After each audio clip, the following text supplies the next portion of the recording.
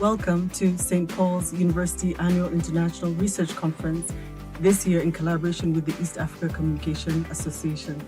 I am Dr. Okaiko Jambo, HOD Communication, Nairobi Campus. This year, we welcome you to our annual conference where we will have conversations around AI and the role of AI in communication.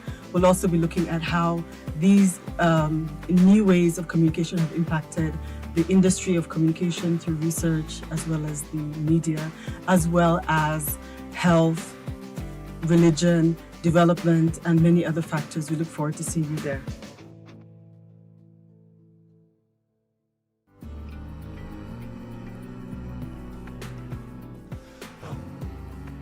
St. Paul's University looks forward to hosting the East African Community Association Conference 2026. As a university, we are building a research and entrepreneurial ecosystem that is able to address the high education needs of the nation and the global community, as well as provide solutions for the society that is highly yearning, highly expectant. And to do this, we are bringing together communities across every sector, policymakers, researchers, scholars, students, the general industry, as we gather together to reimagine communication in a highly disruptive environment. Or we are talking artificial intelligence and the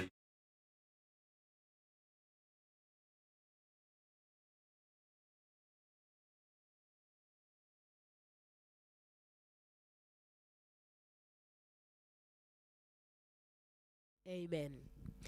Good morning and praise the Lord. My name, as Madam Grace has said, Stella Mweti. I'm one of the chaplains here at St. Paul's University. I'm born again. Jesus is Lord. I normally have a very beautiful voice, but winter imefanya ile kitu. But I want to thank the Lord for the opportunity to share this message very briefly, and I believe that the Lord is going to bless us. We are thinking about reimagining communication in Africa.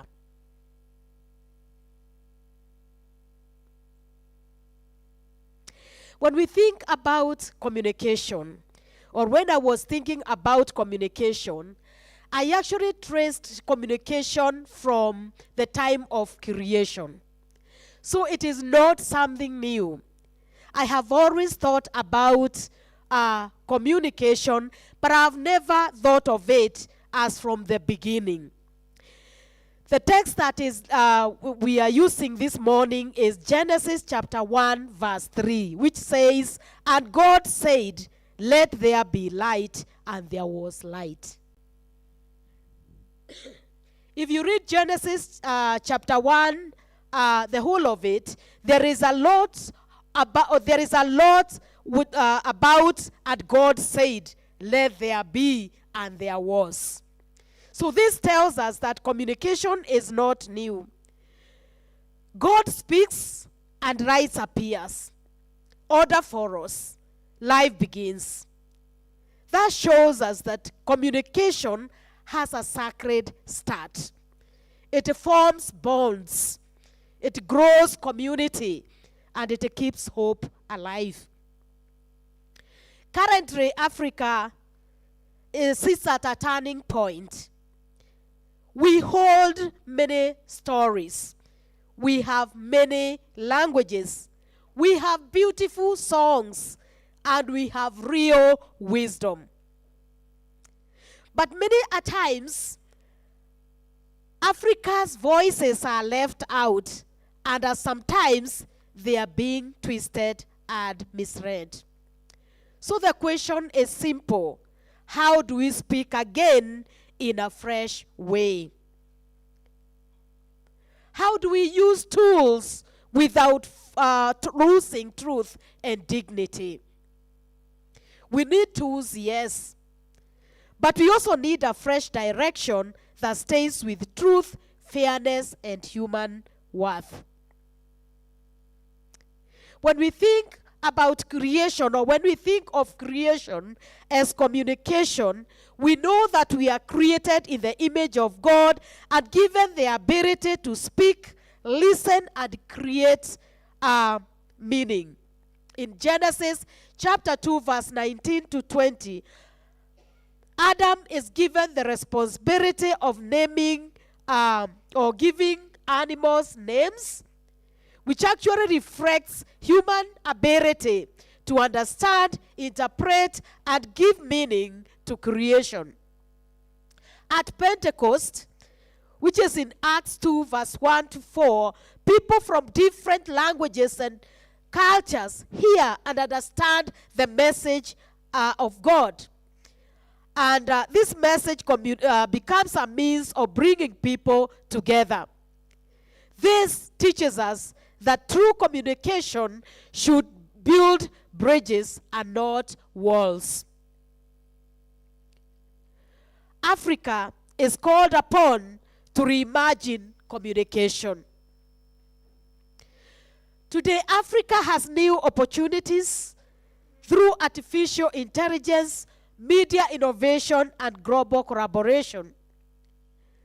AI can help translate indigenous languages and access to knowledge, amplify African voices, and connect communities across geographical boundaries.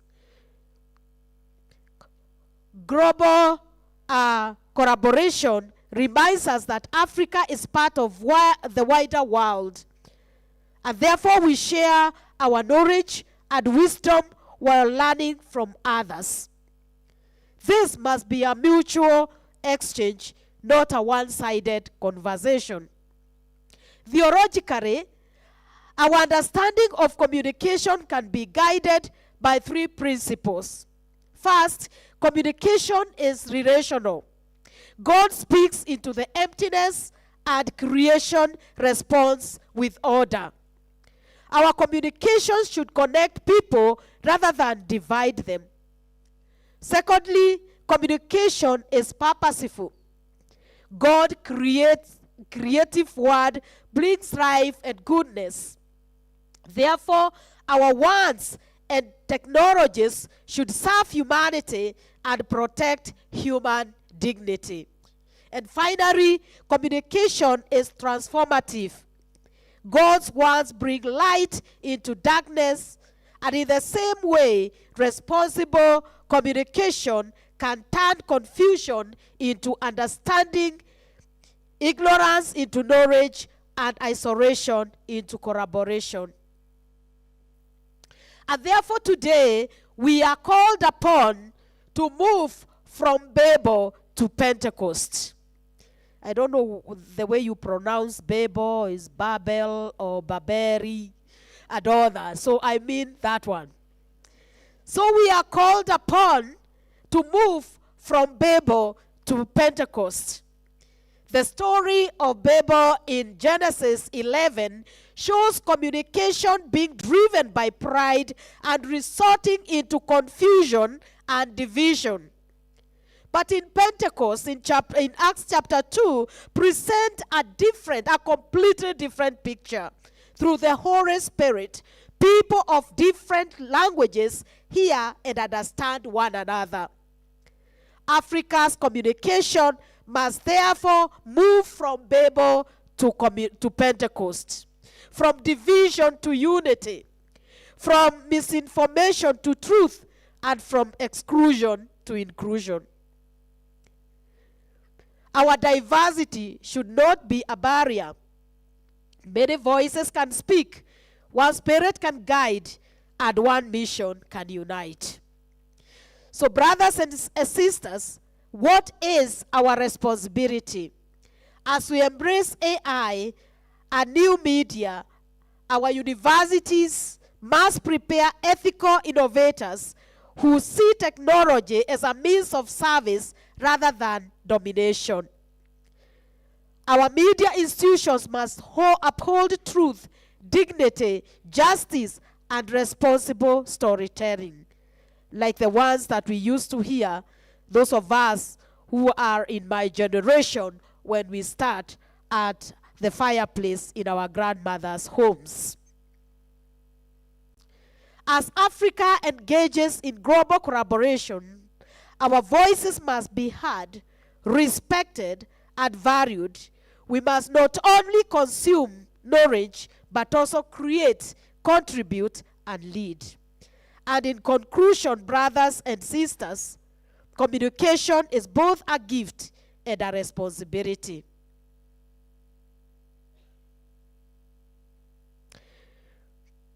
As Africa reimagines communication through AI, media innovation, and global collaboration, let us use these opportunities to proclaim truth, promote justice, strengthen unity, and offer hope.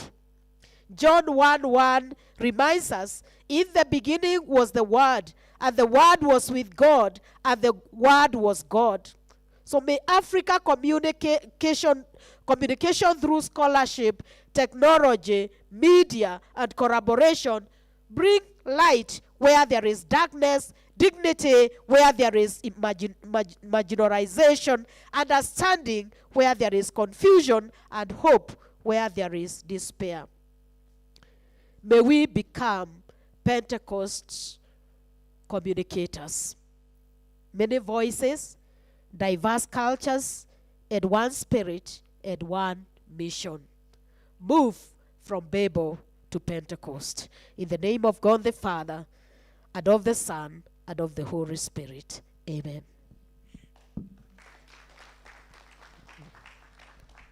Thank you very much, Chaplain. Let's clap for her one more time.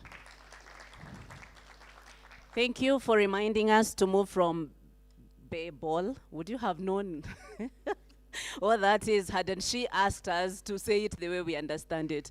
Let's move from Babel to Pentecost, and that we should remember that communication is a responsibility as well as a gift. Great. Thank you for setting us on that very high note. My name is Grace Kinyanjui. I think yesterday I was given another hashtag grandmother, if you remember. I think any can work for me for the sake of the EACA conference. So it's my pleasure to be your program coordinator for today, and my role is very simple. It's just to ensure that we go through the program seamlessly and to ensure that we stick to time provided so that we have enough time for all our activities for the day.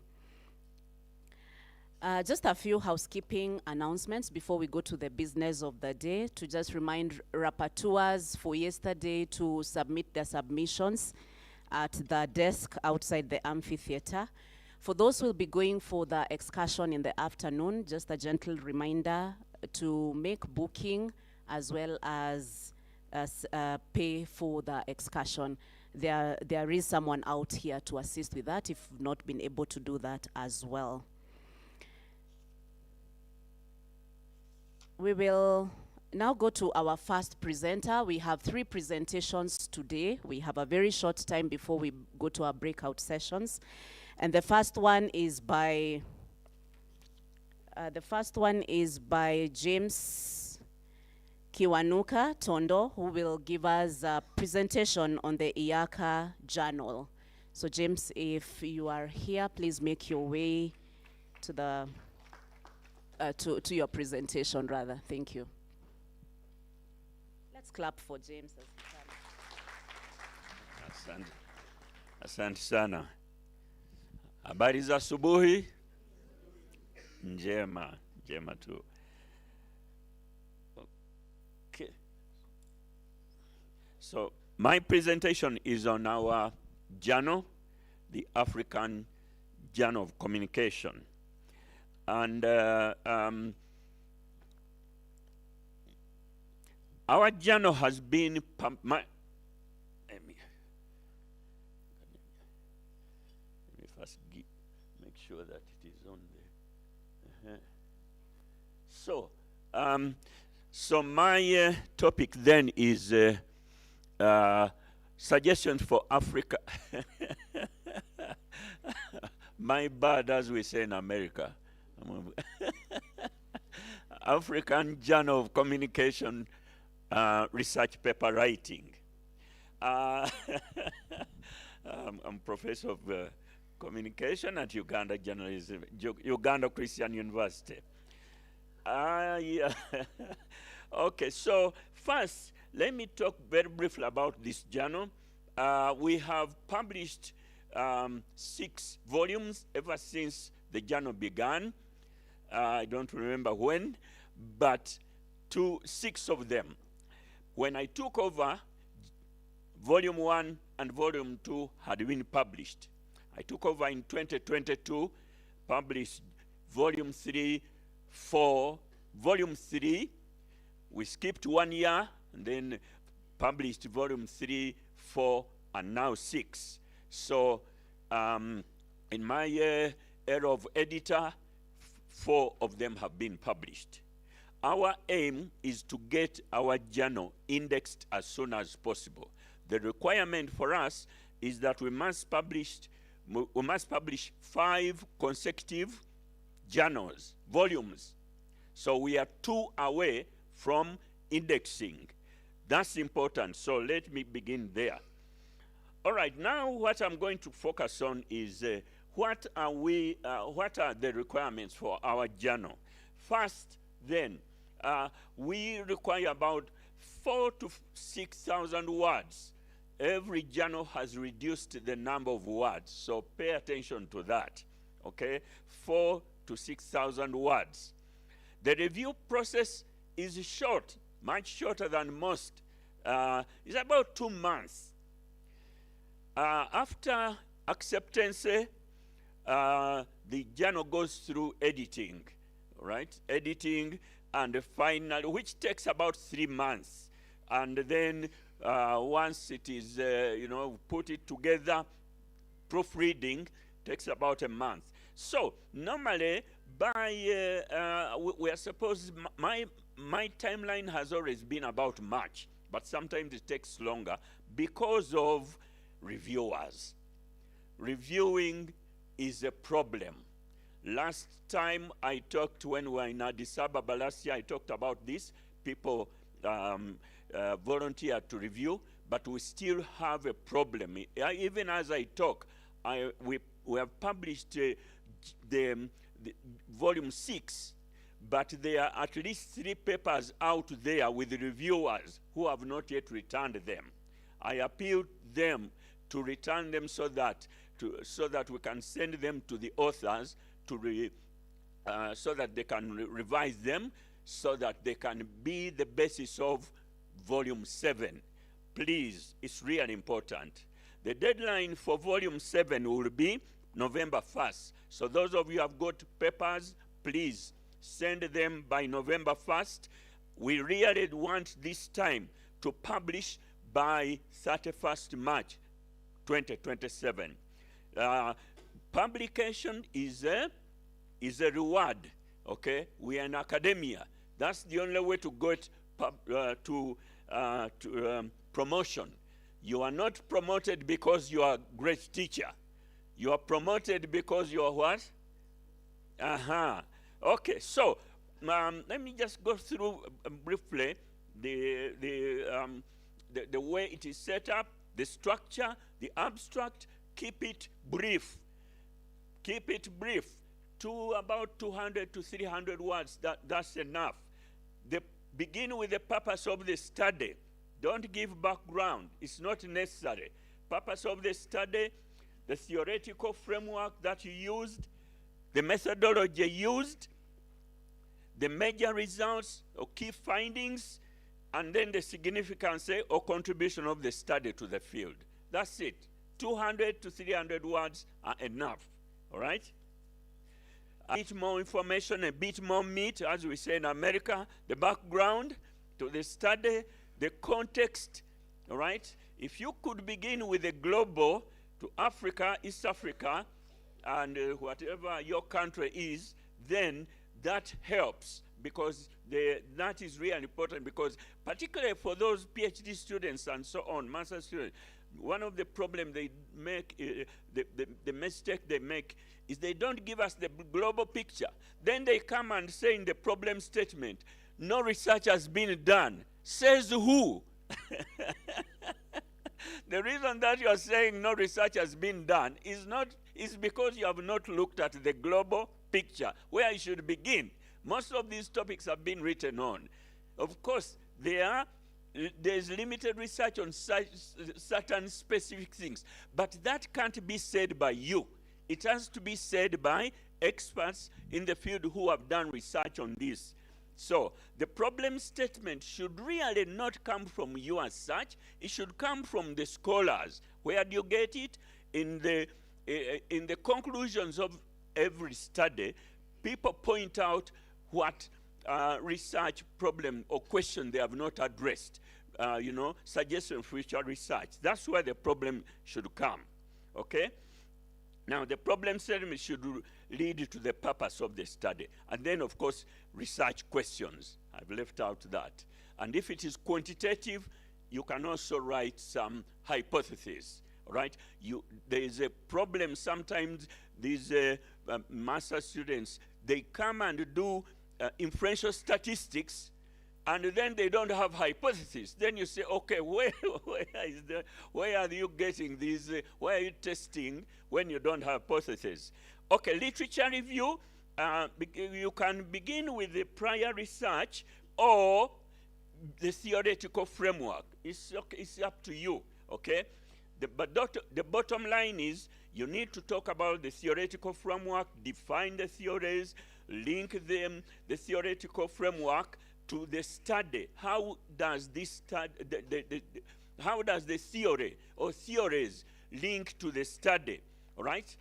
Limit the number of theories, because too many theories may confound your arguments. 4 theories, 3 theories may be too many. 2 probably are enough. 1 is even or sometimes better. So remember that the theoretical framework has implications for the research methods and discussion. In the discussion, you must come back to the theoretical framework, and that's important. Again, for the PhD students, remember that, please. Methods must match your problem statement. They must match your purpose of the study and research questions, right? In fact, research questions normally determine the research methodology, okay? The type of research questions that you have will determine whether you do a survey or whether you do focus groups, not the other way around. You don't start by saying, I am going to do qualitative research. You start by writing research questions, and that will lead you to, okay. Now, describe the method in detail. What was this population? How did you do the sampling? Reviewers want to know that, okay? The sample, what is your sample size? How did you determine it? In a qualitative, it is through that word starting with the S, saturation. In a quantitative, we do the 95% confidence level, 5% sampling error, all right? Reviewers want to see that, okay? Procedures, who, where, when, how did you collect the data? Some people in qualitative particularly, they go on to, they do the analysis, and then the findings they start talking about, we transcribed without telling us that they tape recorded the data, right? We need to know, okay? And some people, particularly PhD and master students, some I've seen them saying, we used in vivo when they actually didn't use in vivo. They use thematic analysis, and then they talk about in vivo. And then when you come to the findings, you find there was no in vivo used. So please be careful. And for those, I don't know, we as teachers, we need to make sure that we actually get this software and use it to show our students. I know that Professor Macharia over there helped our students in at University of Uganda Christian University to go through the process of Vivo. Not very many people know it. There's also Atlas, but I think we need to be serious when we are teaching our students. Okay, if you didn't use consent forms, you cannot publish. If you don't have consent forms, you cannot publish in every journal. So you need to tell us in your methodology that you'd used consent forms. Data analysis in detail, steps of your, if it is thematic, okay, talk about the 6 steps. I'm not a qualitative person, but I know that. Okay, in quantitative SPSS, and then talk about the measurement and so on in detail so that people know what you analyzed. Don't just say, I used SPSS. To do what? How? Okay. If you, in a method, you need to talk about briefly about the instrument, whether it is the questionnaire or interview guide, talk about the types of questions, the type of data that you collected. Again, you know, the reviewers want to know that, okay? They want to know that. All right, and other issues, to briefly talk about validity, reliability, okay? If you measure the reliability, for those who are quantitative, you need to give the results, sorry. You need to give the results. If you measured it, tell how and give the results. The alpha, for those of you who are technical about this, you know, the alpha, was it what? Okay, all right. Other issues, of course, in quantitative representativeness, in qualitative transferability, all right? I've already talked about the sample size, so I'll leave it at that. The results.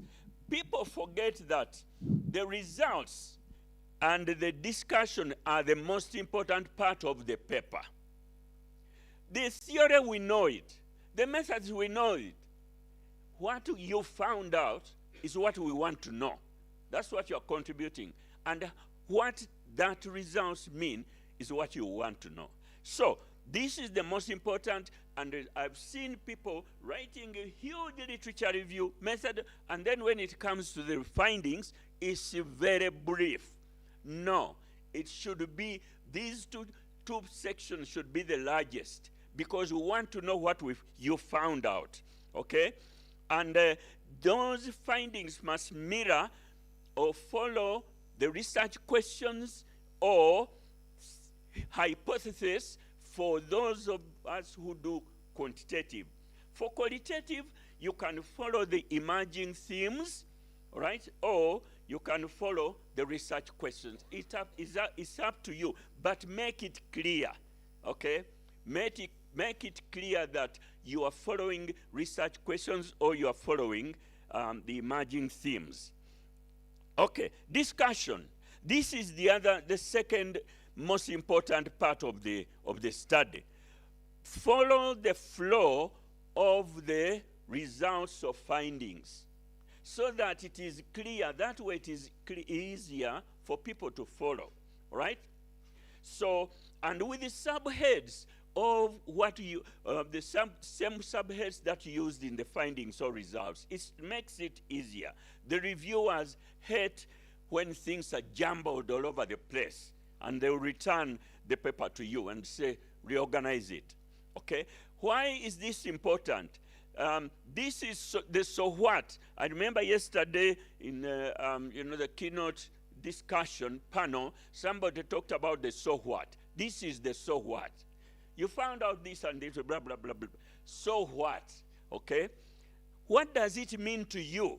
What does it mean to the rest of us, okay?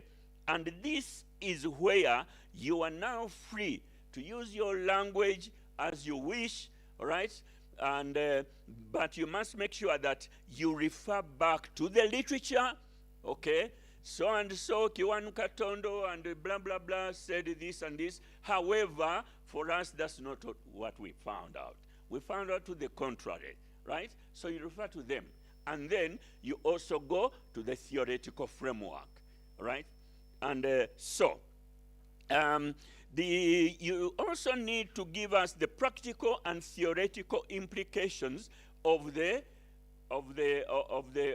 your findings or results, which should lead to that question of suggestions for future research, okay, which will let others follow up with a problem statement. So that end is really always very important. So the conclusion, simply restate, and this is the smallest part, restate the purpose, summary of key findings, significant contribution to the study, and then that's it. Suggestion for future research, and you're done. 4,000 to 6,000 words, okay? Some people prefer to state the limitations of the study. If you don't want to, nobody is going to take you to prison for that.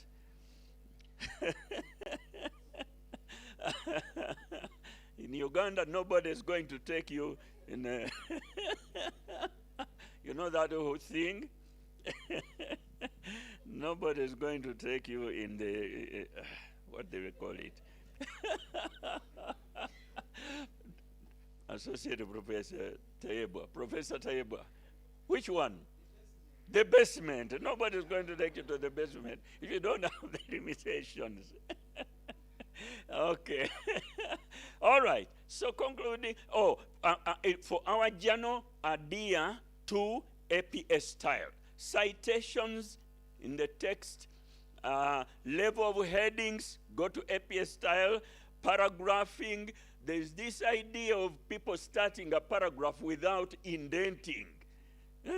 APA style requires that every paragraph is indented 0.5 inches, the first sentence, the first line of the sentence or the paragraph should be indented 0.5 inches. You can convert that to centimeters. I am American, so, okay. We have had a quality of writing among EACA. That's why I'm mentioning all this. It's important. If we are going to lift ourselves as communicators, as experts, we need to look at the quality of our writing. This last volume, volume 6, it is very good quality. There are 6 papers. They are all very good quality. And to show you how our journal is improving in quality, 12 papers were submitted, half were rejected. When for international journals, the rejection rate is the one that shows the quality of the research, the quality of the journal. They look at that. So we are getting there. We are starting to reject what? Papers.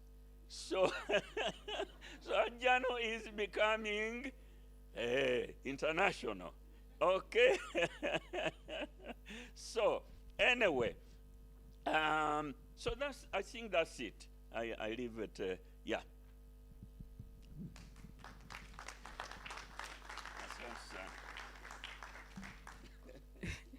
Thank you very much, Prof. Kiwanuku, for speaking about this very passionately. And it's also an affirmation that technology has a mind of its own. I don't think Prof meant to say African. Technology should have helped him to say African, but it also chose to just say, okay, then it's just African. There we are. It's all this communication business. Nevertheless, a very good presentation. I'm sure the delegates are well guided. Maybe, Prof, you can confirm if you're available for any consultations on this matter?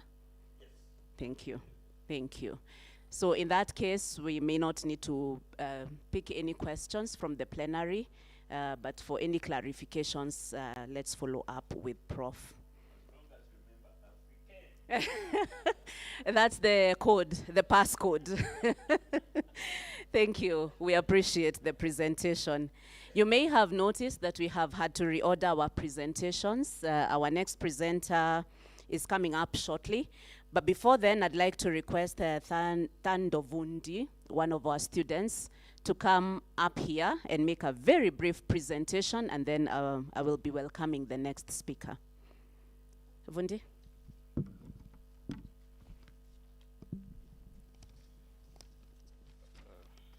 Good morning. So I've been given 3 minutes to present, and I have a poem. Before I do that, I would like to use my 1 minute to give a short story. So we are standing here at a home of a man, the first man to ever publish in East Africa, Ngugi wa Thiong'o. And this is where I come from, Limuru. And yesterday we were challenging scholars that if you're publishing the research that is about the community, and the community is not able to understand that jargonese, then what is the purpose for that? So I'll go straight to the story. So there was a conference that happened, and it was for chemists. And so they went to a restaurant, two of the scientists, and they wanted to show the waiter how much they know about chemistry and science. And so the first one, before he made his order, he said, kindly give me H2O. And the other one said H2O2. So why did the one who say H2O2 die?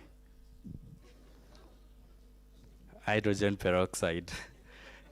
So I'll go to read my poem, which is titled, Will This Intelligence Serve Us Right?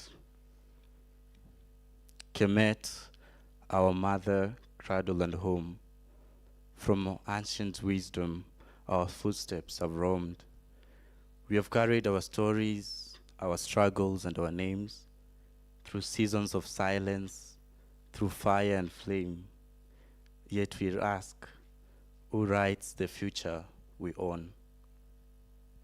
They have brought us these new tools, they call them their way, new systems to watch us measure and sway. But before we embrace what the new hands provide, let our own wisdom stand firmly beside.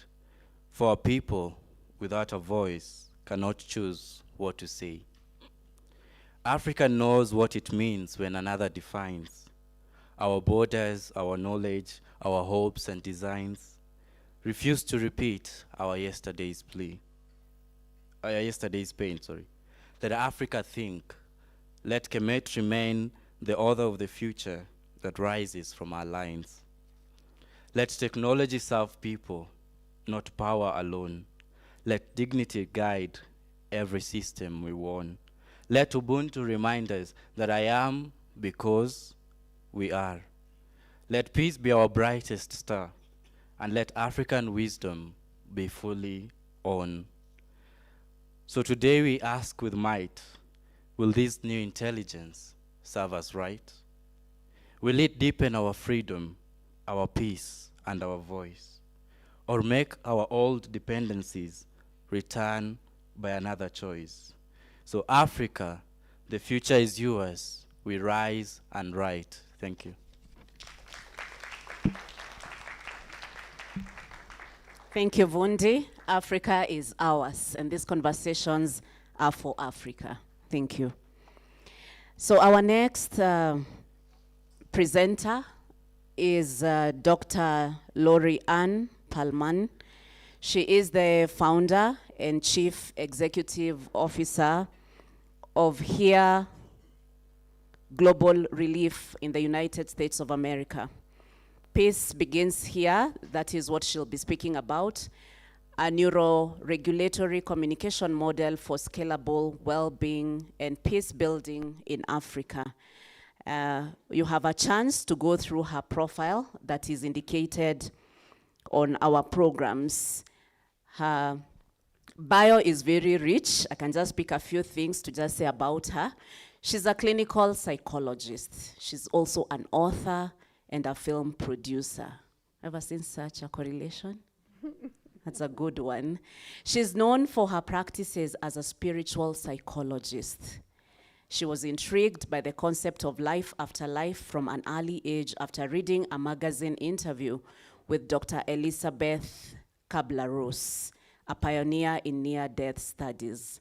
She is the founder and CEO of the digital treatment tech company Here Global. She has appeared as a psychology expert on national television news programs, including CNBC and others, The View and Today, and has been interviewed by Barbara Walters, Martin Bashir, and Hoda Cobb. I think those are the just names we've encountered on television. And she has also appeared as a psychology expert on national television news programs, including MSNBC, Nightlife, The View, and others. She has been interviewed by several others. She has studied at the University of Florida before transferring to the University of Southern California, but she also began her career as a talent agent, working at Creative Artists Agency, and during her time at CAA, she worked with Michael Jackson and Madonna. Those are entertainers, eh? I had a woo. I know we know who these people are. And that describes part of her profile, just part of it. So this is the speaker that we are having this morning, and now I'd like to invite on stage Dr. Lori Ann Palman to go through her presentation, and it is our chance to keep it engaging and interactive and to just add new knowledge to what we already know. Thank you, and let's welcome her with a warm welcome.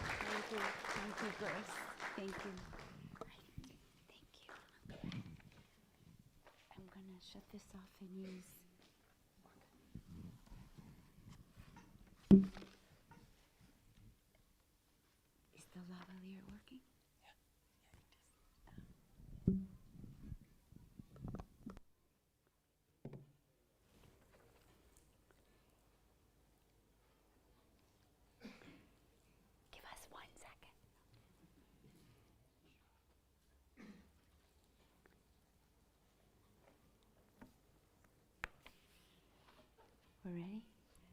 Can you hear me? Not yet. Back. Can you hear me? Yes?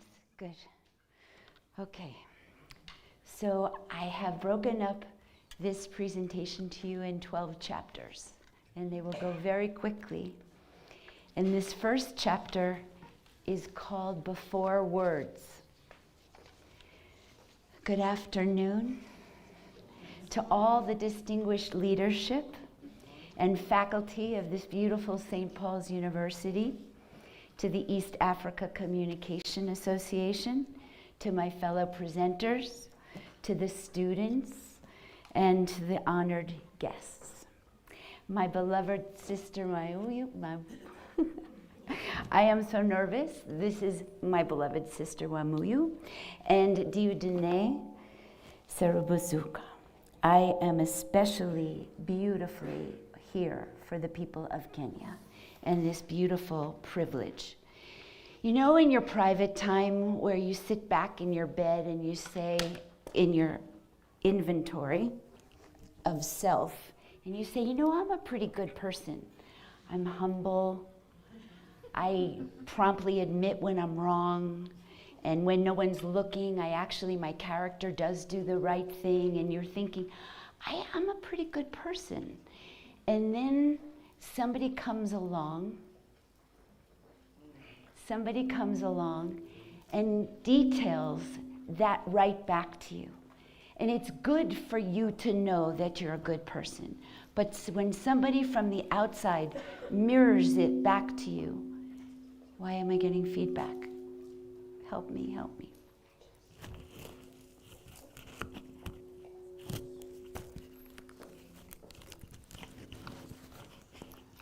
Do you know why I'm getting feedback? Okay. But when somebody like me comes and visits you and mirrors it back to you, it means a lot. It means a great deal. It's not as important about how you feel about yourself. How you feel about yourself is the most important.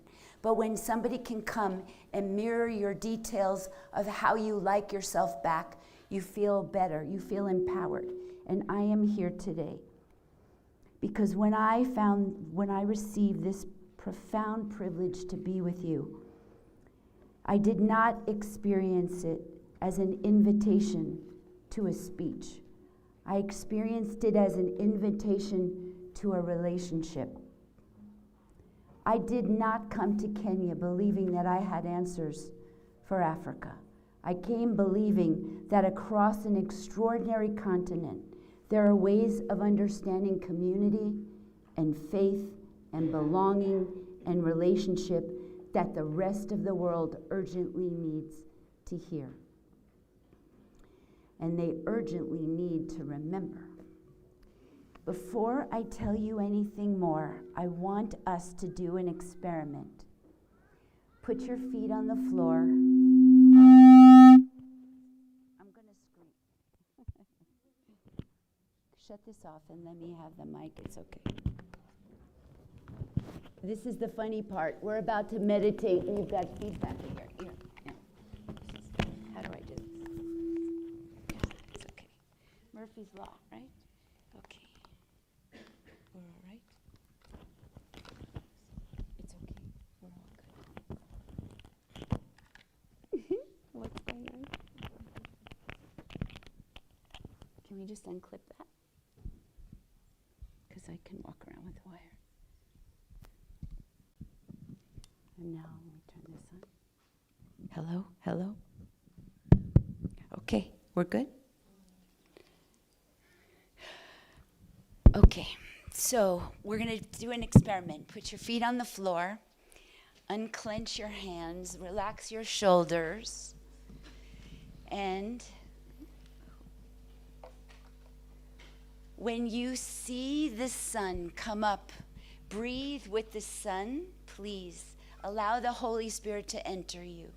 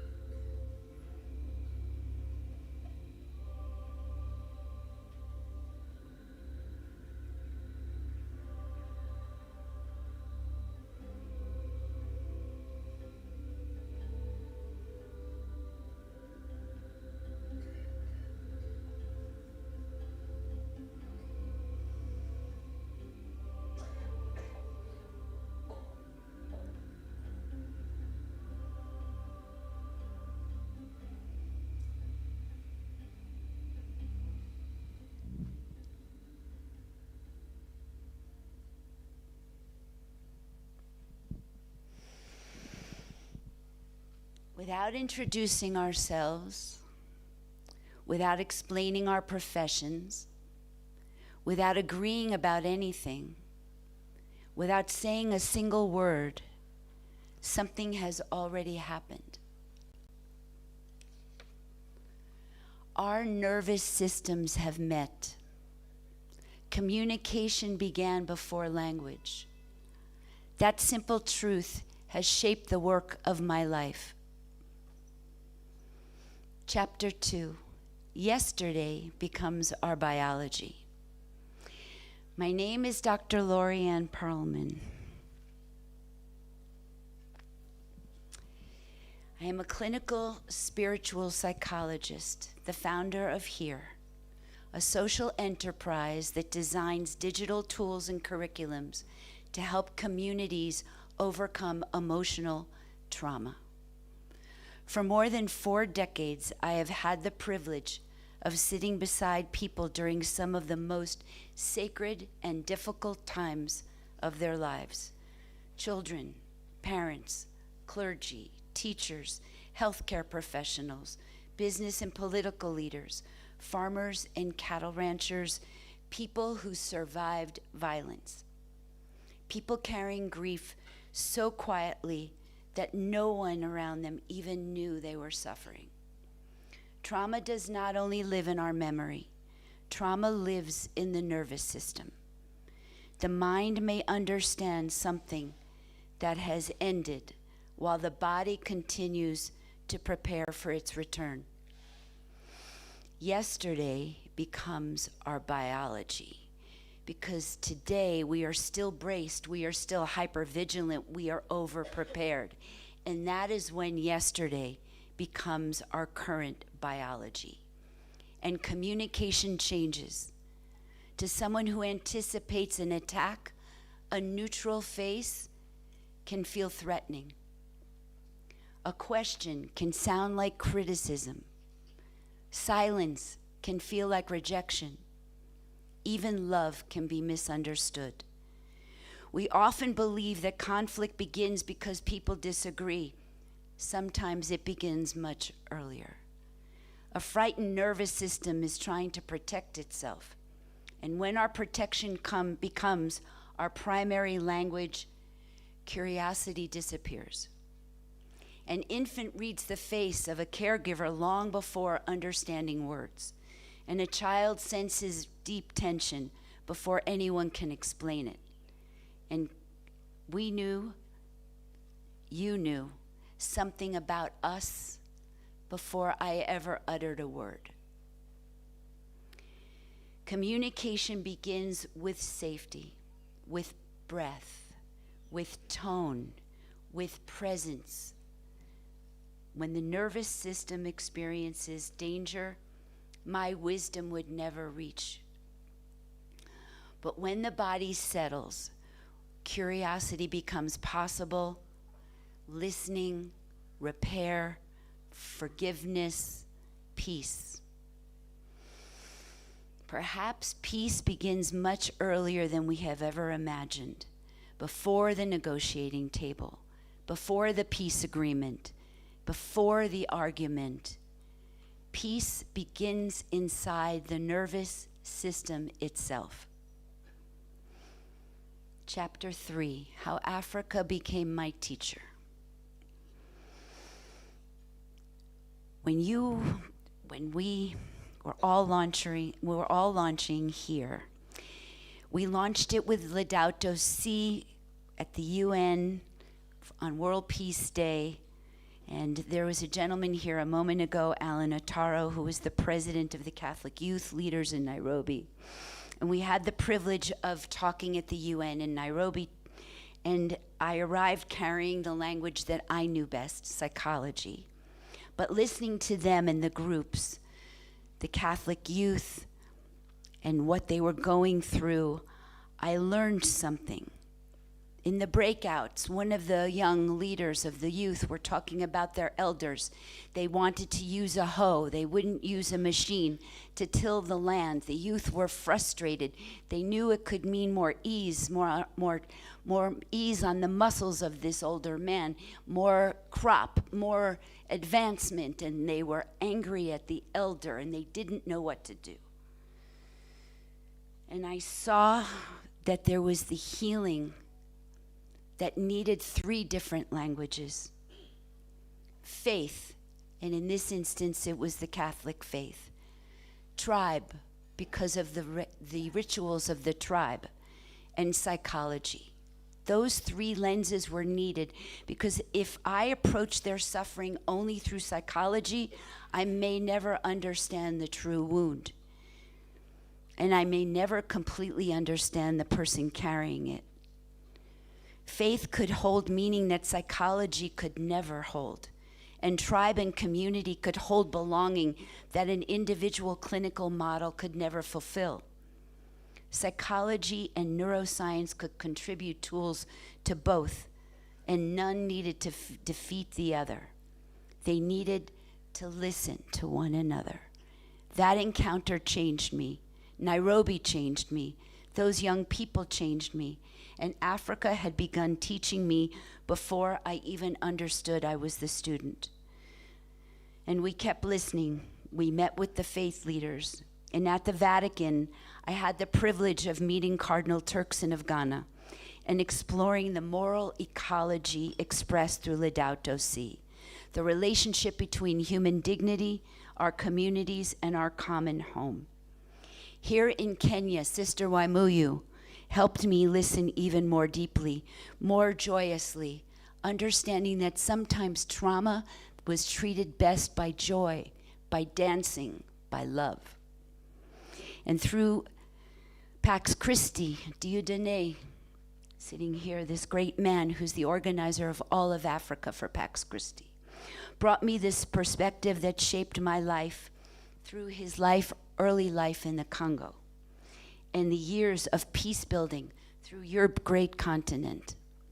We listened to trainers and community leaders from all the countries, Uganda, South Sudan. We worked Homa Bay, Mombasa, Kisumu. We trained the trainers, we asked the questions, we tested assumptions, and then we asked again. And as many of you have stated yesterday, if you enter a community claiming to help, but never allow that community to change what you are actually constructing and building for them, you have co-created nothing. We did not presume and decide in Los Angeles and Auckland, New Zealand, what Africa needed. We wanted what we heard from you, and we changed what we built. We changed fundamental needs. That we saw that we needed a tool beyond reliable internet connectivity. Because a human being in pain should not become unreachable simply because technology cannot reach them. That conviction eventually became one of the simplest of our principles. Dignity should never depend on bandwidth. Chapter 4, Benedict Free of Mombasa. And then there was Benedict. He actually is listening here online. So Benedict, thank you.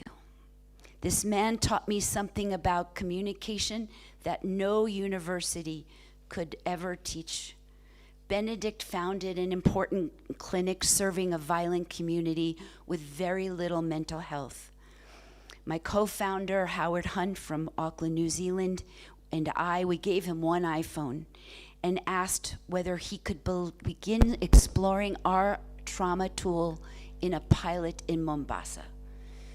And with one iPhone and very few resources and enormous ingenuity, this man put together a beautiful pilot for us with 80% improvement.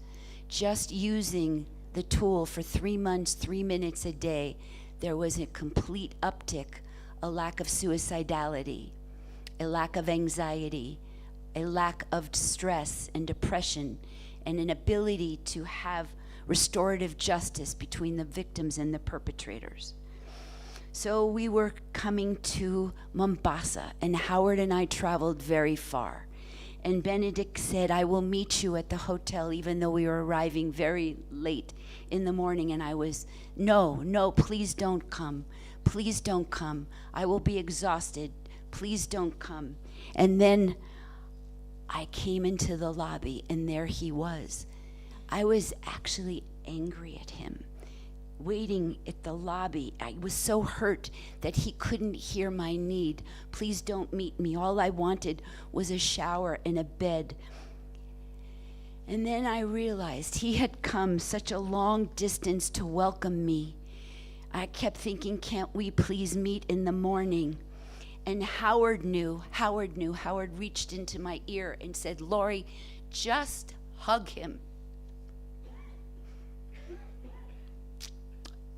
The fuller knowing of what that man did was lost on me. But I understood later, Benedict didn't want a business meeting. Benedict was honoring my arrival. I thought I was communicating, I want to give you my best. And he came all that way to receive me.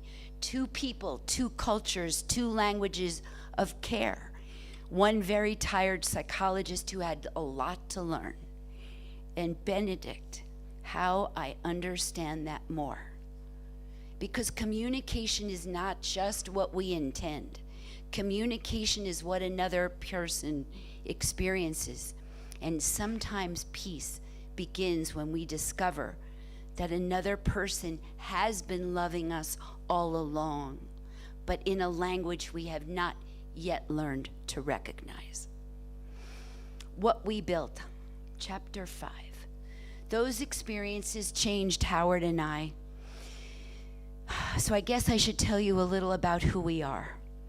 My mission as a spiritual psychologist was one, and by the way, also in show business, also was to sit people in the dark and have them understand themselves at a deeper level so we could shift worldview, we could heal their pain, we could let them laugh at themselves and at human foibles.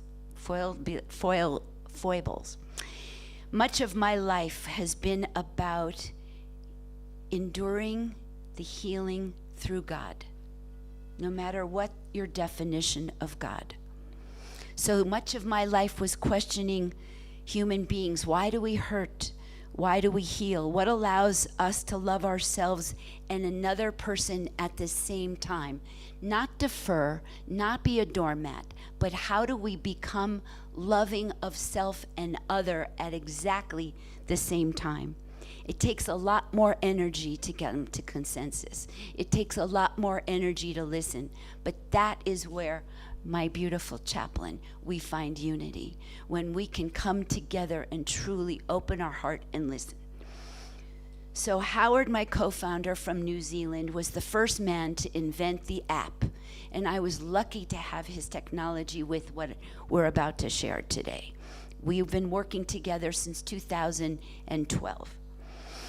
What can technology do, he said. What might we inadvertently do, but how do we build it responsibly? A psychologist and a technologist, two different lenses, one shared question. Could technology help us become more available to our own humanity? This has been a question that has been pervasive through yesterday and the beginning of today. And the question helped create here.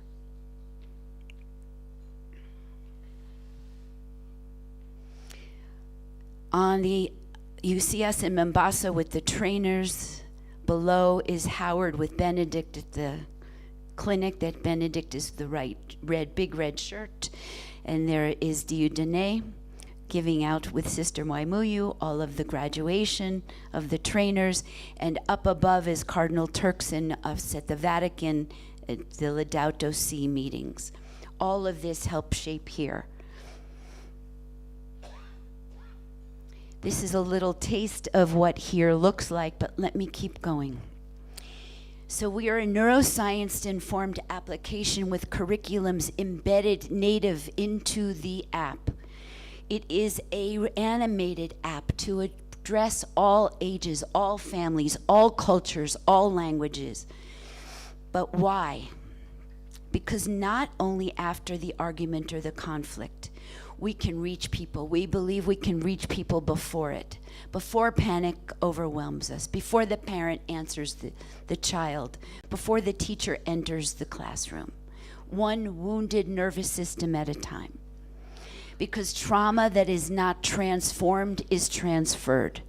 But healing can be transferred too. And so can presence, and so can compassion. And that is what here exists to support. Our motto was peace within creates peace throughout. There was another unexpected gift when Howard and I, before we ever got to Africa, were picking the name and the branding. Here, we loved it because peace begins here, but we learned that here is also hire, which is the Mali word for peace, and the symbol that we loved so much, which is, going to go too far. Well, we're going to see it in a minute. It's a double H. It is the West African Congo symbol for peace. That it picked us. We picked it. There is no coincidence why I am here today with you.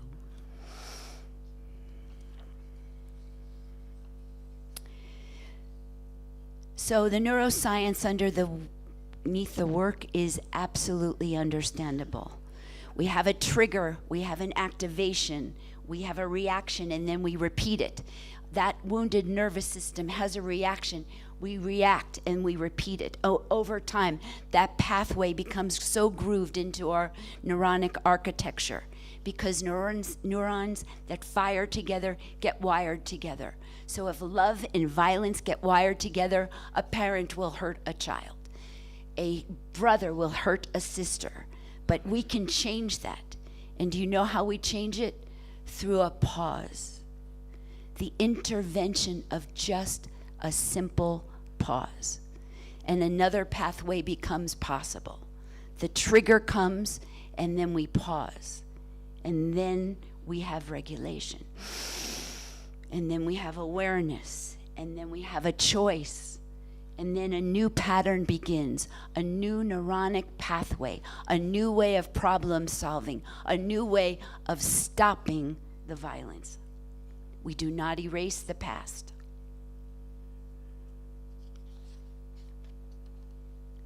Today, here is an app, and we have a curriculum, and we have offline accessibility, and we deliver across languages and communities and organizations.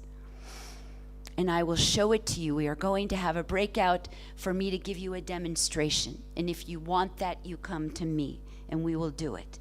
Because we need to talk about technology first. Chapter 6, How Technology Consumed the Pause. For decades, each advancement in technology, which we've also been talking about yesterday, of how much it worked, right? The telephone collapsed distance, the internet democratized information, the smartphone placed extraordinary capability into our hands. But the time that technology saved us was filled up again. Email followed us home, texting made us reachable almost everywhere, social media discovered something extraordinarily valuable, our attention. Systems became increasingly skilled at learning what makes us stop, look, react, share, and return all over again. Gradually, the quiet spaces of life began disappearing. Our waiting, our walking, our sitting alone, our boredom, once the doorway to more imagination, became something to eliminate. Technology consumed the moments of our life where we used to pause. And that matters. How many of you woke up this morning and went for your phone before you ever thanked Creator? How many? How many of us grabbed the phone first? All of us. Thank you for being honest. That awareness, that pause, is where the awareness is in the pause. Where I notice I'm angry before I wound you. Where the curiosity can interrupt the certainty of your righteous indignation. Where prayer happens. Where reflection happens. Our conscience, our choice. We built technologies capable of connecting billions of people while consuming the spaces in which human beings learned connecting with themselves. Chapter 7, and then came AI. Howard and I often speak. He has a wonderful habit of interrupting my optimism. And I have a wonderful habit of refusing to live in his dystopia, however well-researched his dystopia is. Howard recently asked me, what if AI simply accelerates everything already exhausting humanity? Machines increasingly work while we sleep. AI can write while we eat, research while we walk, analyze while we rest. And if every gain in efficiency simply creates a greater expectation, we may become extraordinarily productive and profoundly exhausted. And Howard's question deserved an answer, and slowly another question grew beside it. What if AI actually became part of the answer? Artificial intelligence is very different than any of the technologies that preceded it. In one very important respect, it can respond contextually. It can converse. It can recognize patterns over time, and it can ask another question. So what if to the technological trajectory that helped consume the pause could help return it? Chapter 8, that companion that remembers. Let me show you what I mean. Imagine a woman has had an argument with someone she deeply loves. She opens her AI companion and furiously says, "Help me tell him why he was wrong." An ordinary AI can do that very well. It can construct an argument, it can make it persuasive, it can make it sharp, it can even help her win. But imagine over time that this woman has cultivated a different relational AI companion. When she was calm, when she felt safe, when she was vulnerable, she had previously told her AI companion something very important. When I become frightened, when I fear that I'm losing someone I love, I can become prosecutorial. I can make them feel shame. I can make them feel bad. And before anger arrives, I want to feel that I can take care of my anger. Now imagine months later, in the middle of that argument, her AI companion does not simply obey. It says, "I can help you write a message, but before we do, may I remind you something you asked me to remember when you were feeling safe? You told me that when you fear disconnection, anger sometimes arrives. Would you like 60 seconds to discover which one is speaking right now?" That is very different. Technology was not telling her who she was. She was not being diagnosed by her AI companion. It was not telling her whether to stay or leave him. And it was not taking authority over her relationship. It had returned her to her own wisdom. That is the frontier that interests me. That is an AI that I can responsibly remember who we have said we want to become. And when we lose sight of that person, it can gently find us our way back to our own inner light. That is what we mean when we speak about relational AI. Not making machines more human, making machines that help human beings remain deeply human, and enjoying living alongside increasingly intelligent machines. An AI companion cultivated around values such as presence, compassion, curiosity, coherence, non-judgment, discernment. The goal must remain very clear. The purpose is not to make a human being more dependent upon a machine. The purpose is to help that human being become more available to life beyond the machine. More available to a spouse, more available to a child, a colleague, a community, and to themselves. And for those who understand life spiritually, even more available to their understanding of God. Which leads to a question I believe that may become increasingly more important. If technology can learn us, what should it learn for us? What should it learn us for? Will it predict what we buy, what we keep clicking, what we make faster, or perhaps to help us become more faithful to the human beings we have chosen to become? Chapter 9, the moral question. I should tell you something about myself. Alongside my life as a psychologist, I have always had a contemplative and intuitive life. And by the way, because of this being behind me, I got my doctorate at 40 years of age. So that earlier life was true, but it took me a long time to come to this. I have had experiences I understand as spiritually transformative in my career, and it's called an STE, a spiritually transformative experience. And I've learned not to dismiss them simply because I cannot explain it, particularly when it leaves me more inspired, more in awe, more compassionate, and more humble, more devoted to the service of God and one another. Several years ago, I'm working on our AI relational next iteration of HERE. It has not come out yet.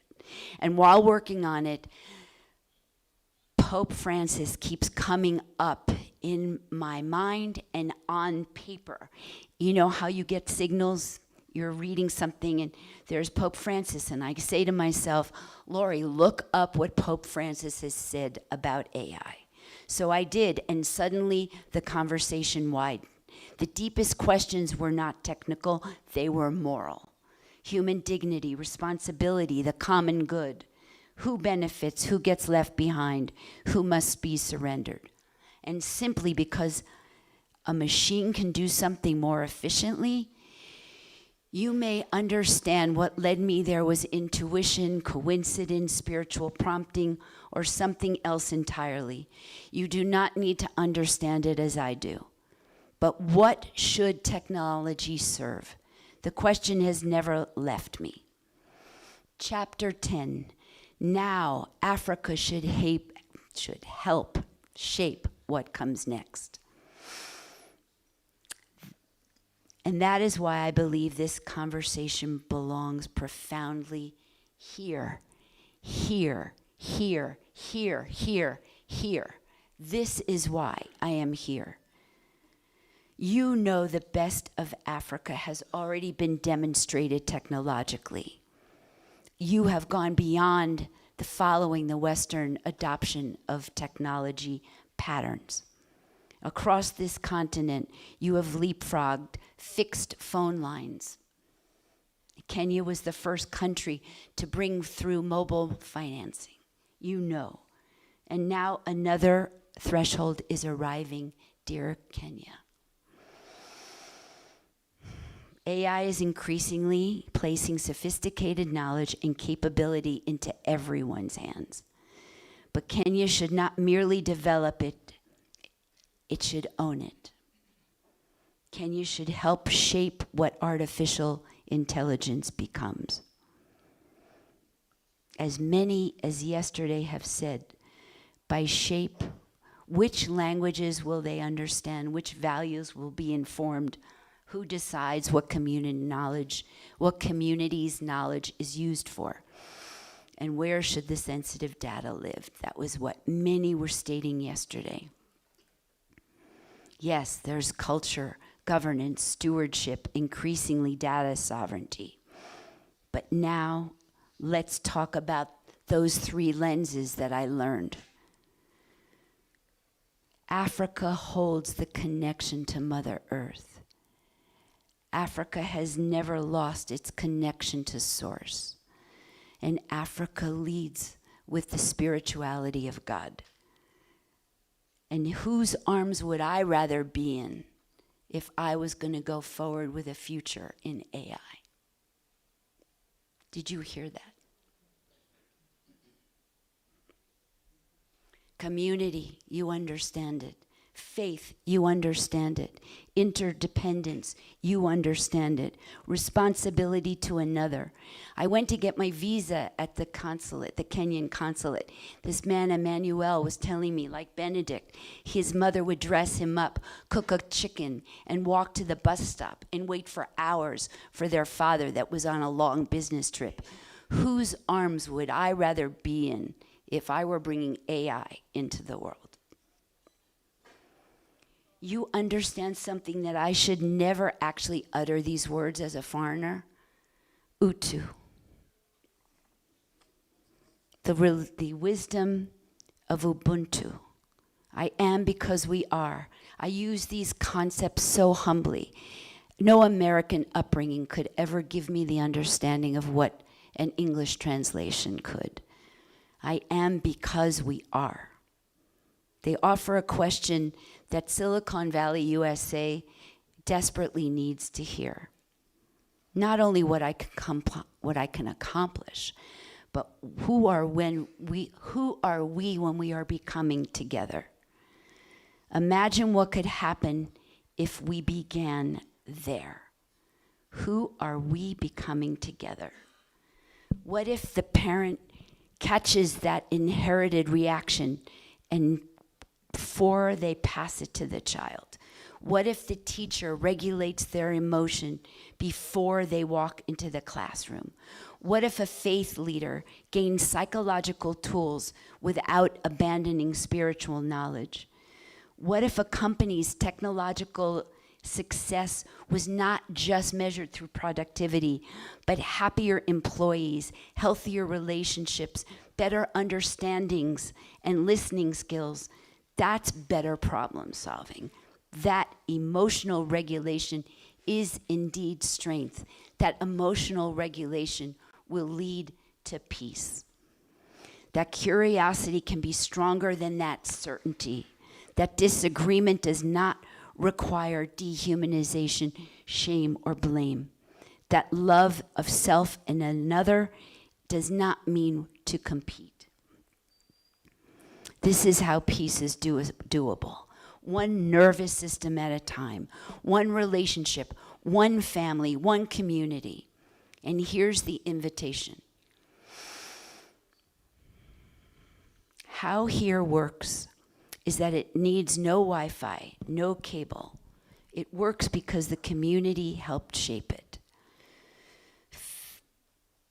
And not beyond faith, beyond tribe, beyond psychology, I would add now today a fourth, technology, not above others, among them, listening, serving, adapting, technology entering culture, not declaring become like me, but asking, how may I serve what is sacred here?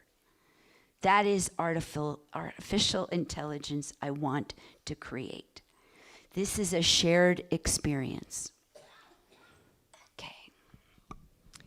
So we see, this was the promised reality. I believe you probably read it, so I'm going to go. Inside here, which I will tell you about later in the breakout, there are curriculums for not only ameliorating the trauma inside the nervous system, but also nonviolent communication, raising families, helping with financial understandings of managing money, and all the other, there's many curriculums. And this is the symbol that I was talking to you about. Let me take you. These are exercises based in neuroscience. There's humming, which massages the vagal nerve, the little bee. You inhale when it touches the flower. You hum when it's flying to the next flower. The sun, which you experienced. Oh, excuse me. There's swiping. The dragonfly, as you swipe it, right hand, left hand. There's right brain communication. As you swipe with the left hand, there's less left hemispheric communication, and that communication takes you from the fight, flight, freeze part of your brain to the prefrontal cortex. When you stare at the little butterfly on the left, that world is nature taking you back to yourself. It's animated because all families, all people, all cultures can understand nature and coming back to yourself. This is the world. You can go slow, gentle, steady, lively. It's not dependent on Wi-Fi. It's not dependent on a cell tower. The trainers would embed the app, and then you can use it offline. Hold on. When, as I said to you, we got the 80% uptick, but I will give you a further instruction. This is Benedict with the ingenuity, with one phone, meditating with the perpetrators every day for 3 months. The woman on the bottom was a woman who had a testimonial of being able to not only get restorative justice with the husband that she left, but getting out of bed and making food for her children, getting a job, not wanting to kill herself anymore. This is how we do it. We get people from all of that ingrained, inherited, almost in our DNA, violent reactivity, to a place where they can make another choice. And on the far right was where we worked throughout the world with Global Goals Cup. Women who had been refugees, also violated, were playing sport for the first time all over the world. So, let me keep going.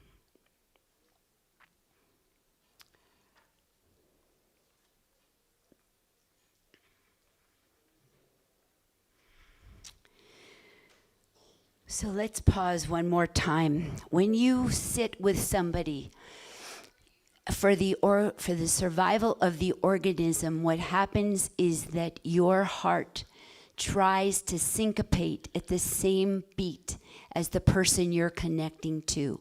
It was built in as the survival of our species. So when you sit next to somebody who's in deep trauma and spiraling, you may feel like you want to recoil and jump back from them because they are going through trauma. But try hard as you might to sit quietly and give them your breath, your pause, to be able to really listen. So I ask you, when we breathe in right now as we leave each other and breathe out, I want you to think of one person who changed your life. Maybe they believed in you. Maybe they forgave you. Maybe they challenged you. Maybe they simply listened or held you tight when you needed it most. What changed your life was probably not the information or the act. It was the relationship. The information may have taught you something, but the relationship gave that truth somewhere to land. Years ago, I founded a mental health institute, 65 doctors and healers from all over the world. It was a think tank. We were all spiritual, different religions, different belief systems. But the one abiding fact came through, that when you enter another human soul, it is a sacred honor. I saw in that institute how many people had deep intergenerational trauma. Everyone. And that's when we went to work on the app, to reach areas where mental health could not be. So if there's one hope that I carry home from Kenya this day, it is not that we become more fascinated with artificial intelligence. It is that we become more devoted to one another. For the future before us is not merely a technological choice, it is a moral one. And perhaps the way forward begins with these 6 simple words. Safety, where the nervous system really begins to listen. Curiosity, where certainty loses its grip. Relationship, where information becomes our transformation. Communication, where our worlds begin to meet. Peace, practiced before it is negotiated. And here, not the name of our work, an invitation to this moment, to your breath, to one another.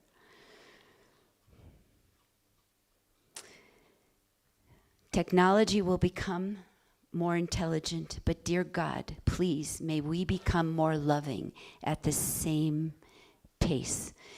Thank you. May God bless you. May God bless St. Paul University. God bless Kenya, Africa, and all the beautiful countries that are here. And may peace begin here.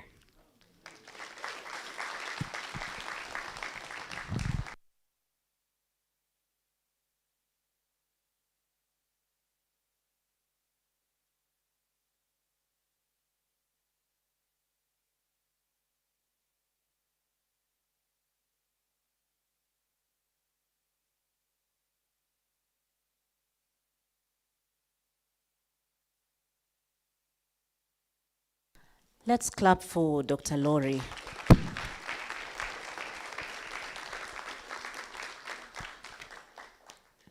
Thank you very much, Dr. Laurie, for a very, very good presentation. You'll agree with me that she has a very soothing voice. And especially for Limuru, on such a day. We've really enjoyed that presentation. For me, I don't know if I'm speaking for the rest, but it was very fascinating, very deep, and also very healing. It felt like reading a story chapter, from one chapter to the next, and you looked forward to what was coming next. We are well informed, and we appreciate that these are newer grounds. I can speak for myself there. I don't know about someone else here, but this is very, very good information. In the interests of time, I want to allow for only 2 questions or 2 opportunities for feedback on her presentation. Did you breathe with the sun? And you don't have a question about it? Any question, any reaction, any feedback?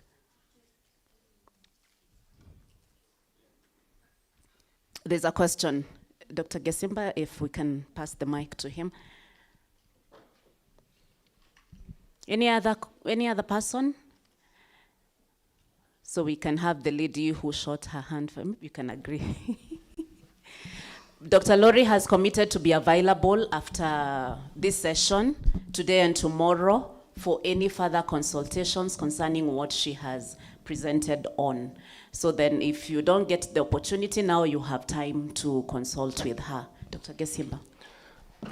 Good morning, and my name is Dr. Paul Gesimba. Thank you, Doc, for such a wonderful story.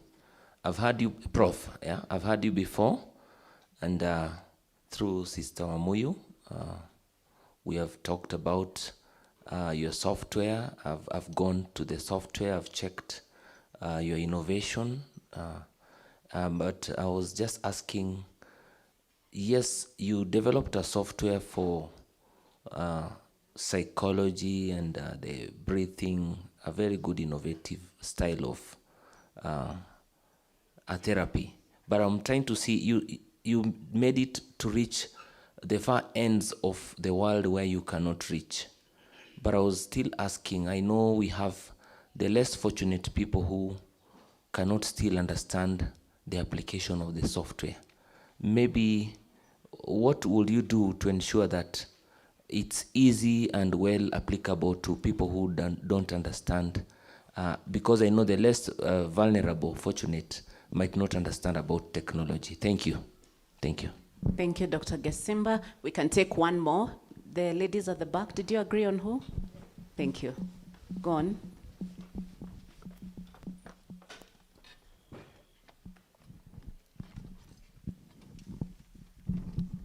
Thank you so much, Dr. Laurie. It's just a reflection and appreciation to you.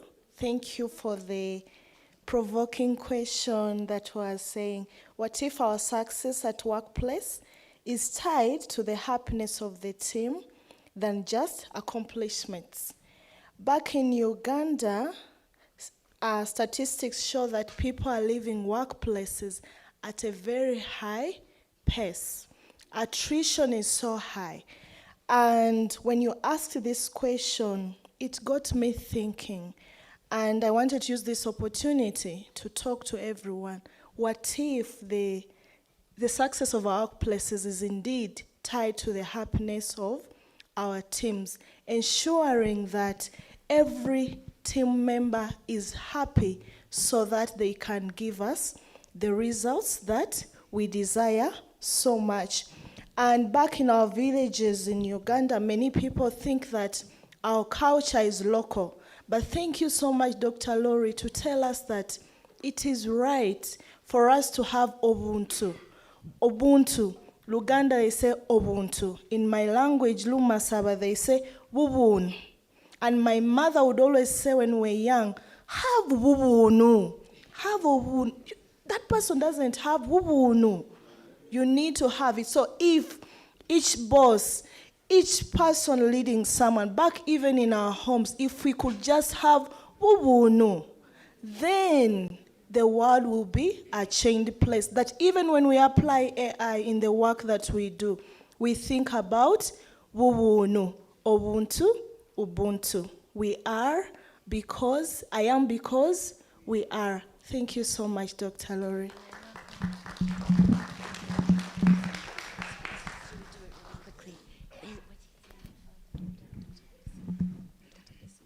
Dr. Gasimba, thank you for your question. Very quickly, I will try to, as a social enterprise, how we fund what we're doing is that we are in corporations in the employee wellness package. So when corporations want to prevent mental health issues with their employees, they package our services into their bundle. And we receive money for that, and then we take that funding and we go into areas. When we went with Sister Wamuyu and Mr. Dieudonné into these areas of Africa, we asked a lot of questions. We met with other NGOs, World Vision, Council of Churches. We asked the people, we asked the sisters who were training, and we tried to cultivate and procure exactly what they wanted. So the trainers understood, and that's how we did it there. I didn't show you this slide, but we are used all over the world. This is a big undertaking, but we love what we do, and we're new in relationship. Even though we're 14 years old, we're just scratching the surface. So my plea to everybody is, if you know corporations that want wellness to help provide services to this university that also needs more funding, we would be glad to help that happen. Thank you very much, Dr. Lori. Let's clap for her once more. We're now transitioning to the next session, which is a panel discussion. And this one, the moderator is Professor Nancy Booker, who will be in charge of that session,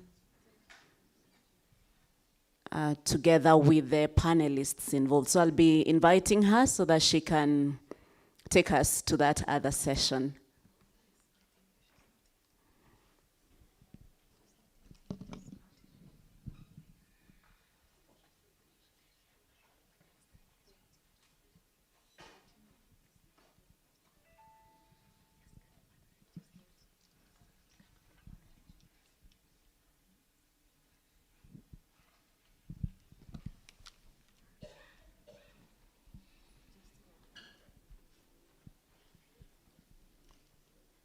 All right, I'm being informed that Professor Nancy Booker is not here.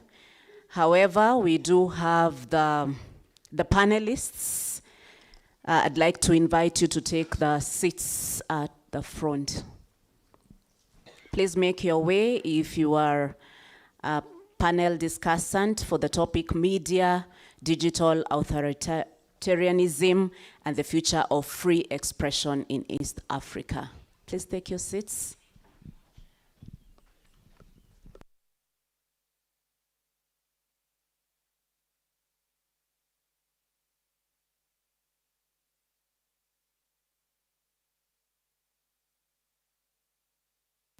Hello, okay. Hi, I will call the panelists. So my name is Leah. My name is there on the program. My name is Dr. Leah Mwanyekule, and I'm from the University of Westminster in the United Kingdom, but I am Tanzanian. And my background is that I have been a journalist. I started out as a journalist in Tanzania back in the years. And I worked in 2 different newsrooms, The Guardian Limited as well as Habari Corporation. And then I went into media communication for the development sector before I joined academia. So I've been doing research recently, and it's about the media development in Tanzania. And while doing that research, I actually interviewed a lot of Tanzanian media practitioners, from owners to journalists and a few readers. And I was fascinated by the responses that I was getting. And so I thought that let's have this panel discussion so that we could learn and see the similarities and differences that we have from different East African countries. And so I am so glad that I asked some of my colleagues to participate and they agreed. And I would like to welcome them to come here. So I will name them one by one. You'll come and take your seat. You leave the middle one for me because I'll be moderating. So I will start with Mrs. Elva Nziza. Come. She's originally from Rwanda. She's a PhD candidate with the University of KwaZulu-Natal. She's also a lecturer in media and communication and is affiliated with the NLA University College Norway. And she's the editor of Afro Media Network. If you haven't joined that network yet, please make sure that you see her during the tea break. Thank you.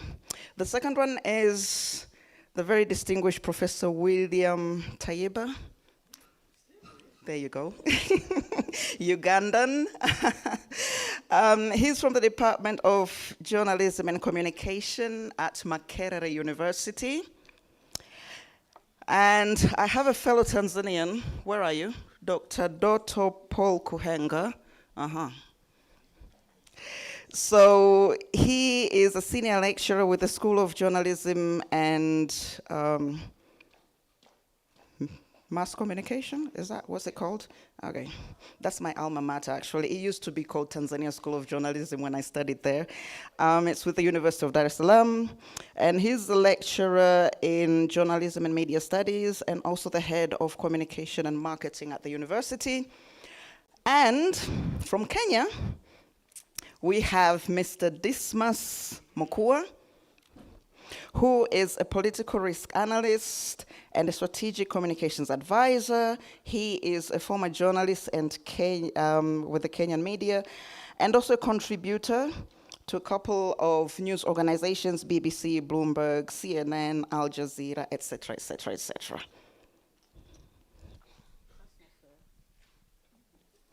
That's not fair, but we'll see. But that's not fair. Sorry, I'm being honest.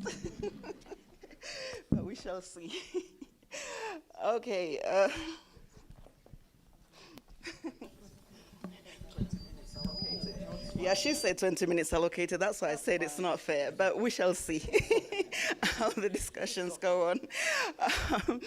Okay, so thank you so much for having us. Great, so we all have microphones. Thank you so much for having us. And as I said, I actually started this as an interest after looking at the media development in Tanzania, and I was actually focusing from the colonial era up to now. And I did this by administration, so German colonial era, British, Mwalimu Julius Nyerere, Ali Hassan Mwinyi, Jakaya Kikwete, am I getting them right? Benjamin Mkapa, John Pombe Magufuli, and now Mama Samia Suluhu Hassan. For us, we have only one. Oh. Okay. Okay. We got 6 now, apart from the colonialists. Okay. And so it was really fascinating. But the reason of doing this per administration was the argument that even though we do have media laws that have been governing the country, at the end of the day, it depends on the president who is in power. Now, I'm going to start with you, Dr. Sorry, I'm used to calling you Dr. Kuhenga. He's my friend, so I'm so used to calling him just Dotto. So please bear with me. I'm going to start with you, Dotto. Do you agree with this, that the media in Tanzania is mostly performs or underperforms depending on the person who's in power? Yeah, thank you so much for considering me to this panel, and I'm glad that you didn't say the other secret about this book, about the research itself.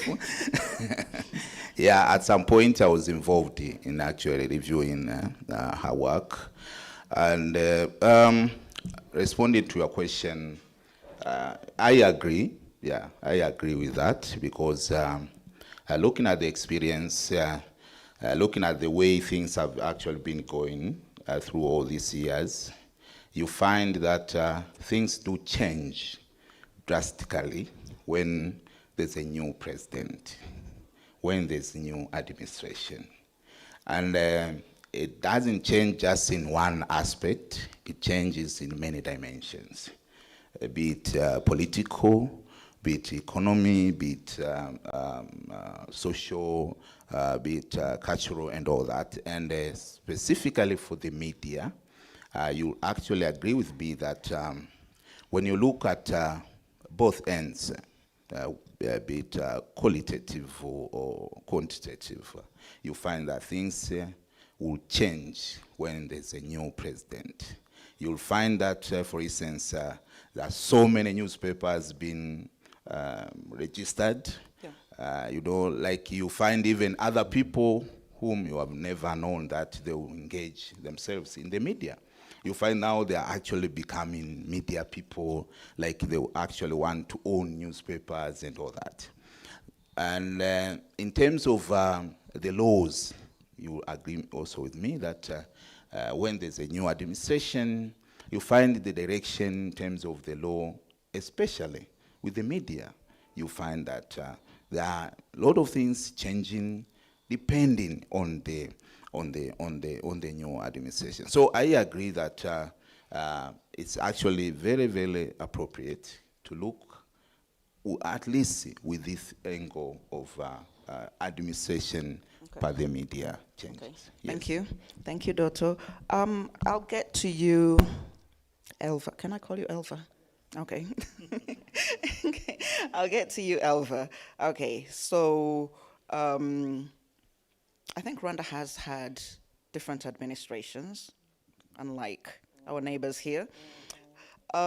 Is it the same or not? You have to press. Come. Oh, I have no idea how it works. Thank you. Yeah, welcome. Yeah. Thank you so much.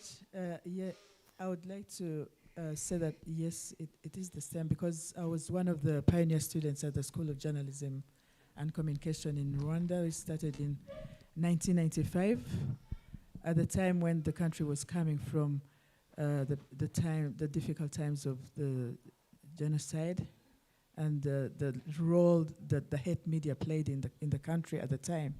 So 3 weeks into the class, we were told that the school should be closed because they didn't want to have another episode of hate media. But we, as students, insisted that we needed to have a school of journalism. We needed to study journalism so that there can be a difference in the media.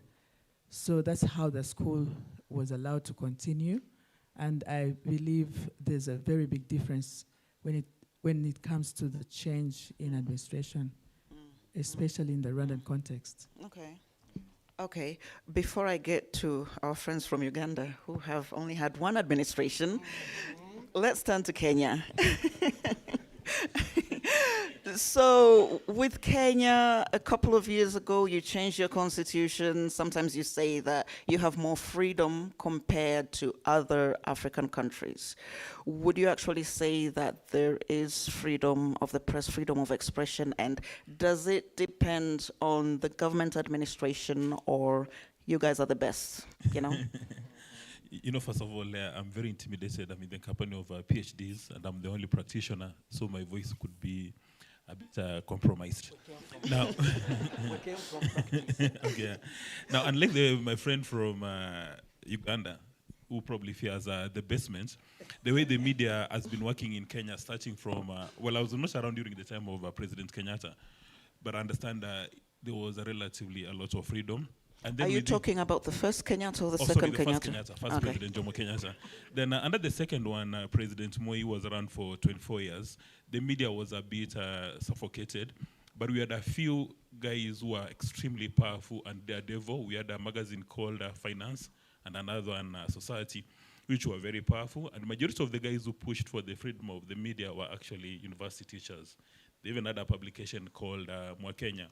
And then when we got a new constitution, that changed everything. As you've indicated, one would easily say that Kenya is now suffocated by freedom. There's so much freedom that people don't even know what to do with it. That when you hear our neighbors being in trouble for calling a spade, people begin to wonder. In fact, part of the reason why a number of Kenyans get into trouble when they visit our neighboring countries is when they leave JKIA, they go there with the Kenyan mindset, not knowing that it's a different administration. And you know, when you go to Rome, you must know what the Romans are doing. For instance, right now, when towards the exit of our former President Moi, nobody would ever dare mimic him. But we had a group of 3 artists who were producing a lot of comedy around the presidency. And then people are wondering, wait a minute, are these guys not going to the basement? But there were no basements for them. In fact, they were entertained by President Moi. And then when Kibaki took office, he decided to take a break. And then you had, the media grew up in leaps and bounds. And then, of course, when now the second Kenyatta came in, it was the same thing. And even right now, for majority of the people who are active in the media, they actually get shocked.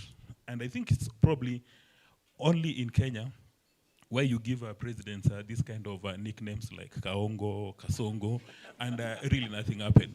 And if you try to do that in our neighboring countries, I shall not name names because I don't want to get into trouble, you'll be in a mess. Now, we've had one newspaper in Kenya called The Standard. Continuously and consistently, it calls out the administration. And all the president can do is to complain like a member of civil society. And it stops there. There's nothing more he can do. But we've had very structural challenges. Number one is the budgets around the advertising revenue. A number of media houses in Kenya are facing challenges because we've got an agency called the Government Advertising Agency. So that is where all the revenues or other advertising business is supposed to be channeled. And that has occasioned serious cash flow challenges within the newsrooms. Because there's a legal requirement that government must run ads at least in 2 newspapers for most of the businesses they're doing. So the run it is a requirement of law, and the media house cannot refuse. But you run it, then you are not paid. Then number 2 is because of too much freedom, a number of editors and journalists have taken sides. They take political positions. And again, if you go to the newsrooms in Kenya today, you have people who have declared that they're going to run for elective office next year, but they're still in the newsroom. So you wonder whether or not they're going to be objective. And then other people engage in self-censorship. But the biggest threat to our freedom of expression, in my view, is misinformation and disinformation.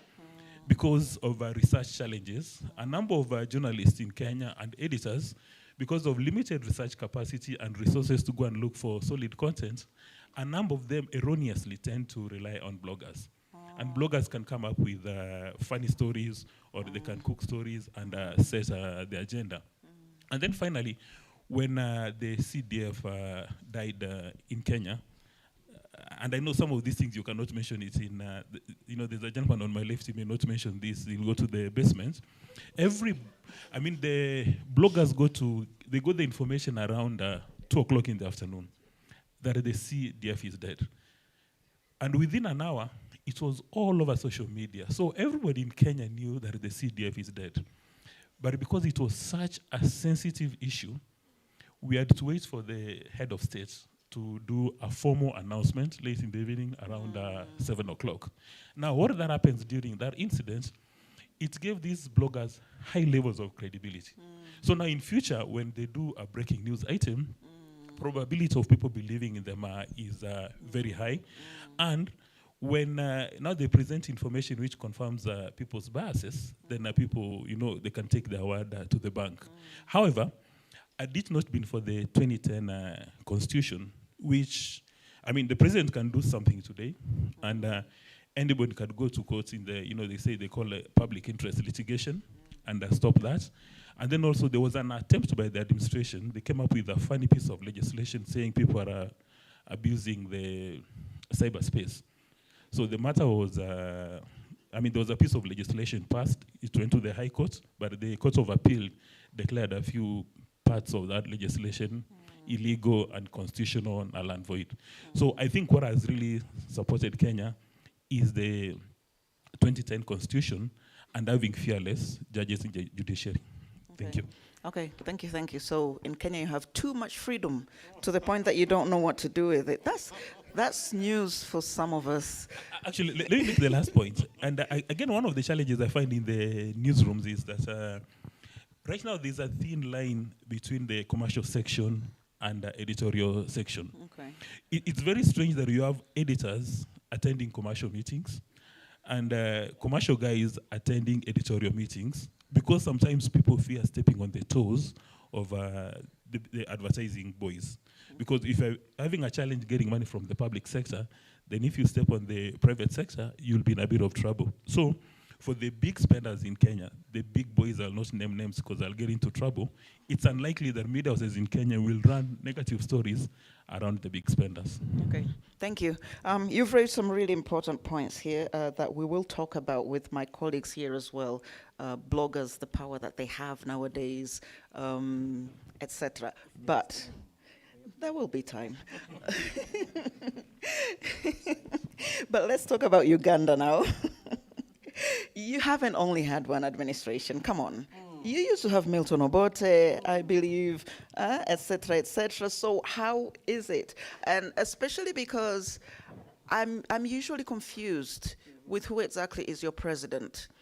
I know constitutionally it's Yoweri Museveni.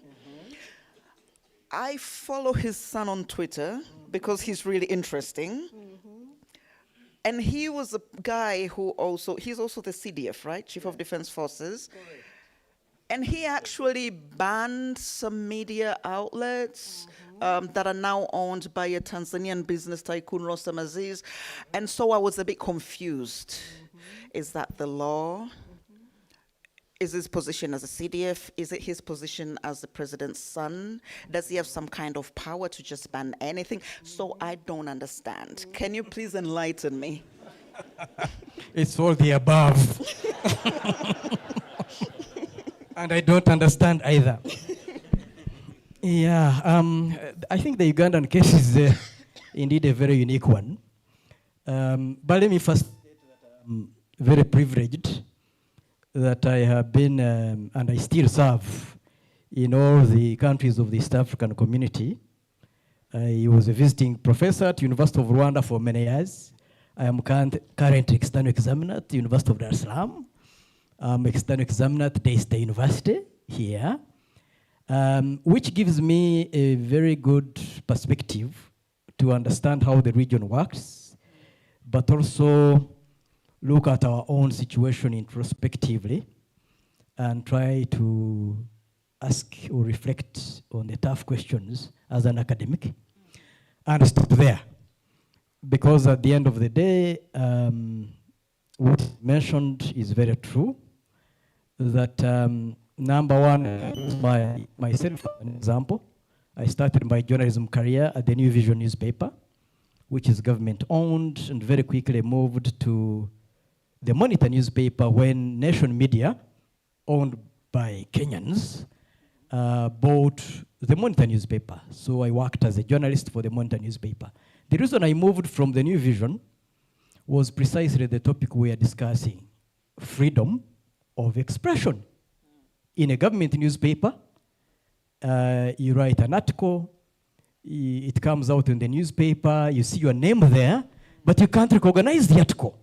It has completely changed, it has been reframed. In the Monitor, it was different. I would recognize that, yeah, this is my voice. And we had a lot of trouble with the state, which has continued up to this day and escalated.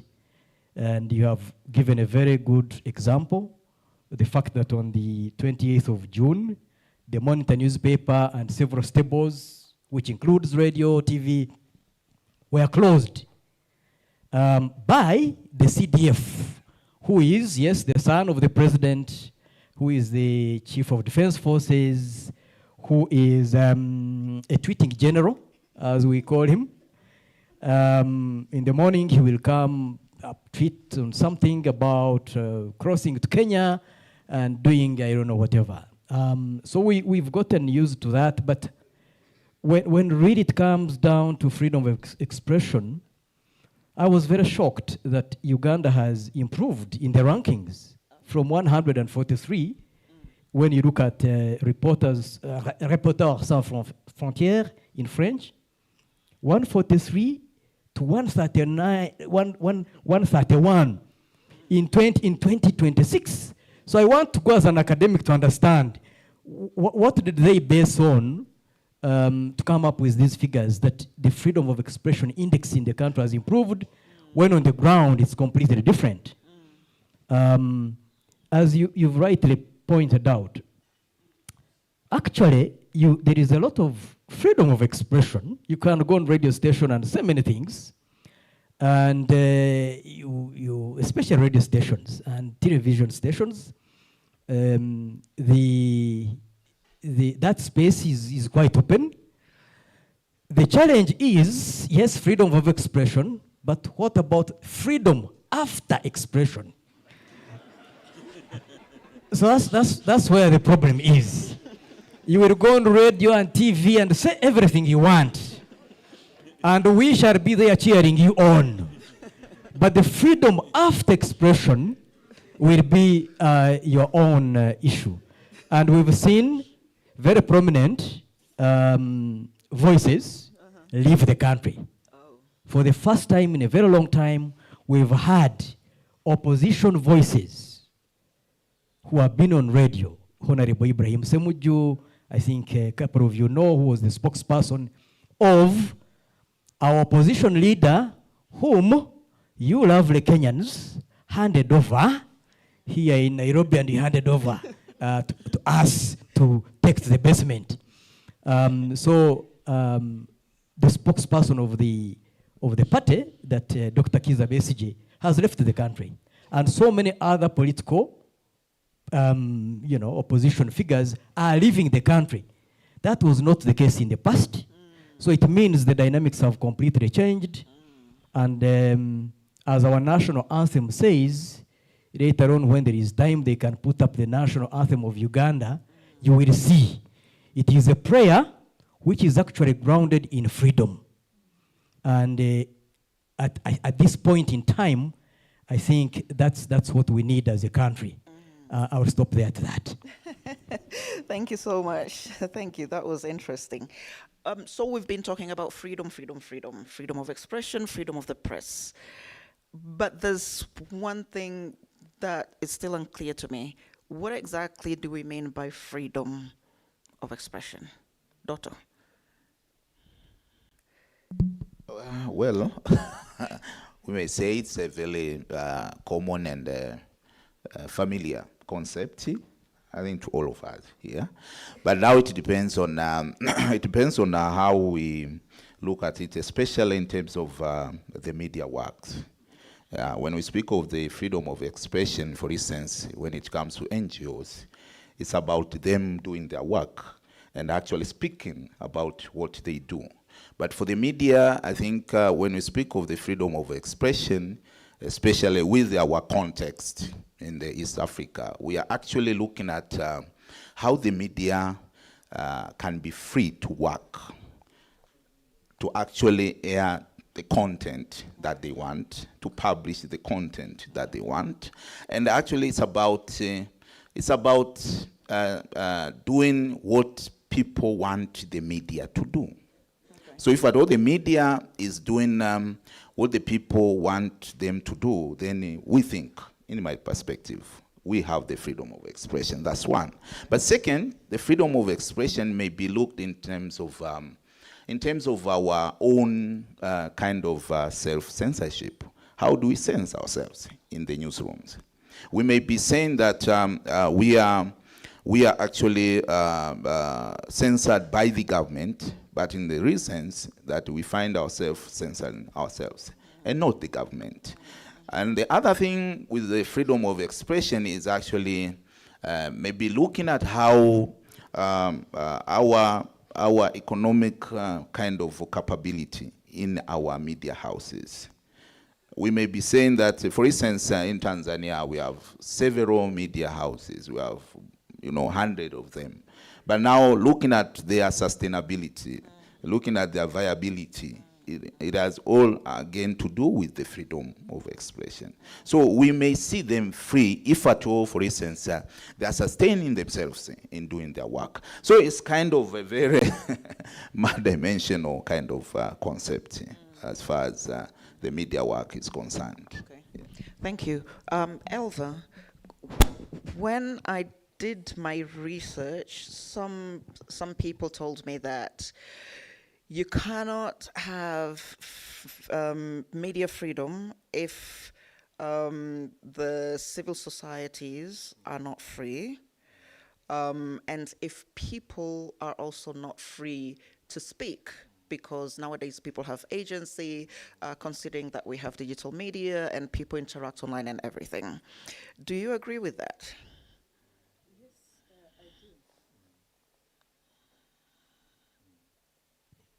Yes, I do agree that we need to have marginalized voices that are heard in the media.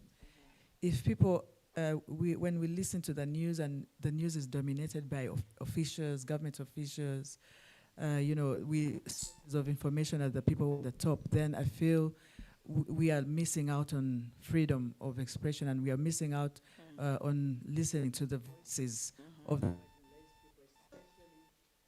comes to women and children. When my research is on women refugees and how they're represented, we need to have the civil society. We need to hear the civil society in the. Can we have another microphone?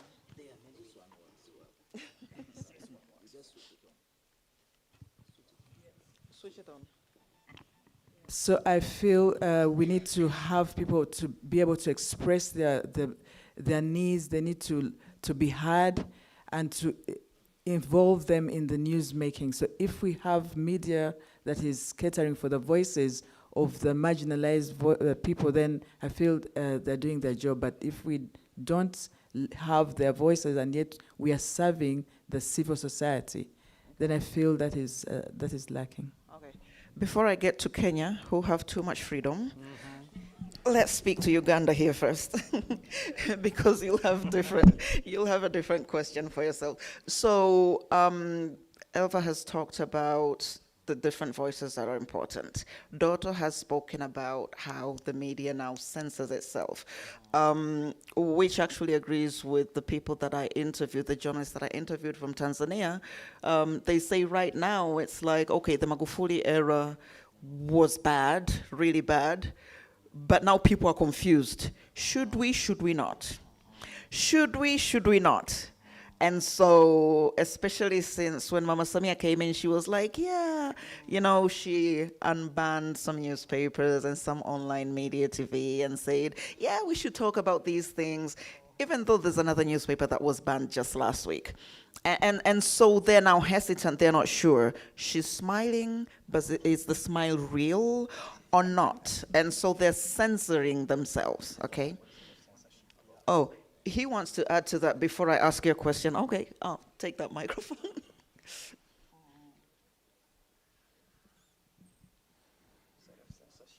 You want my microphone? It's working. No, it's working. Yeah, just about that, when you speak about the self-censorship, I spoke about it in one of the sessions yesterday. We had the day before yesterday, the vice president resigning. And yes, the vice president resigned. Yeah. And now, from the morning, when we had the press release, and the media fraternity, everyone was actually asking, is this true? Again, even online, everyone was asking, is this true, and all that. Now we came to find that in the media ourselves, within ourselves, that no one had actually taken any effort to ask the vice president. You can imagine that journalists, editors have access to this person. But until I think after like 3 to 4 hours, just one editor said, I think I'll actually ask him. So she just, actually, he's a woman, she texted him. And he responded. Because women are smart. Yes. He responded, yes, I have resigned. You know, like the power of verification, the power of, self-censorship and all that. Yeah. Like, everyone was, so to speak, like maybe scared. Yeah. But this is our job as journalists. Yeah. We would have actually done it earlier. Without leaving people, without that. So the case of self-censorship is even very critical. Yeah, it's really critical now. So in Uganda, do we have the same thing? Since we have a president, we have a CDF, we have a president's son, and whatever else.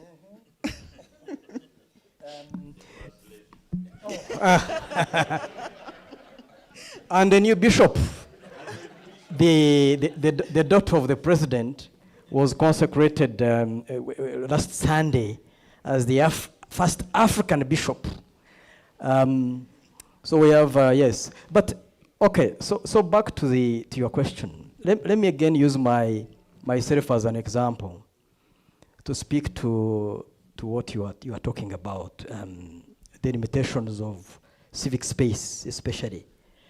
I'm the board chair of the African Institute for Investigative Journalism. You could Google that and see the kind of work we've done. African Institute for Investigative Journalism. My organization, together with several other organizations that champion freedoms of expression, especially freedoms of the media, were systematically, one by one, closed. Our accounts were frozen. Oh. Frozen. Yeah, 0 coin, we cannot function. Because, well, most of the funding, of course, was coming from my sister Laurie's country, USAID, and this, of course, with Donald Trump, and all this. But all our organizations were closed.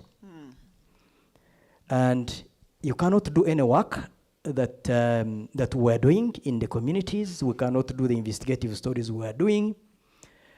So that gives you a very good example of where Uganda as a country is situated with respect to freedoms of expression, freedoms of the media, freedoms of the citizens, the role of non-government organizations and civic organizations to champion these wonderful freedoms we are talking about.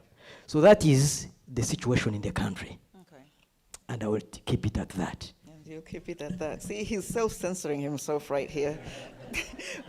I just state the fact, and then you can, as good investigative journalists, and you can probe further. Okay, thank you. Now coming to you, Dismas. So I don't think you guys have self-censorship, first of all, because you got too much freedom.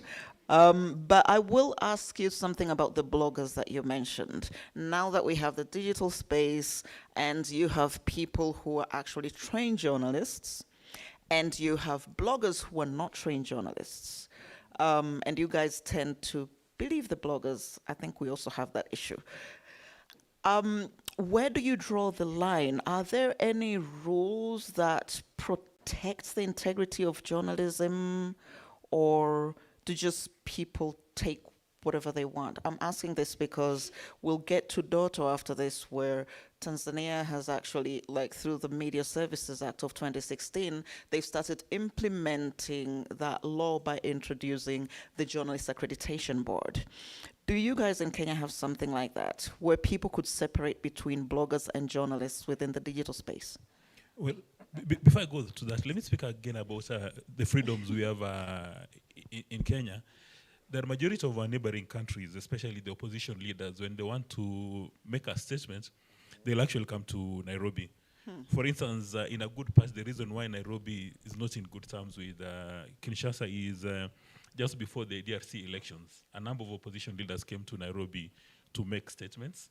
And I understand they requested the Kenyan authorities to arrest those politicians, but they were told, these gentlemen in Nairobi, they have not broken any law. So even if you want to arrest them, on what basis? So the same thing happens from South Sudan. In fact, all our neighbors, including from Tanzania, they come to Nairobi to make statements.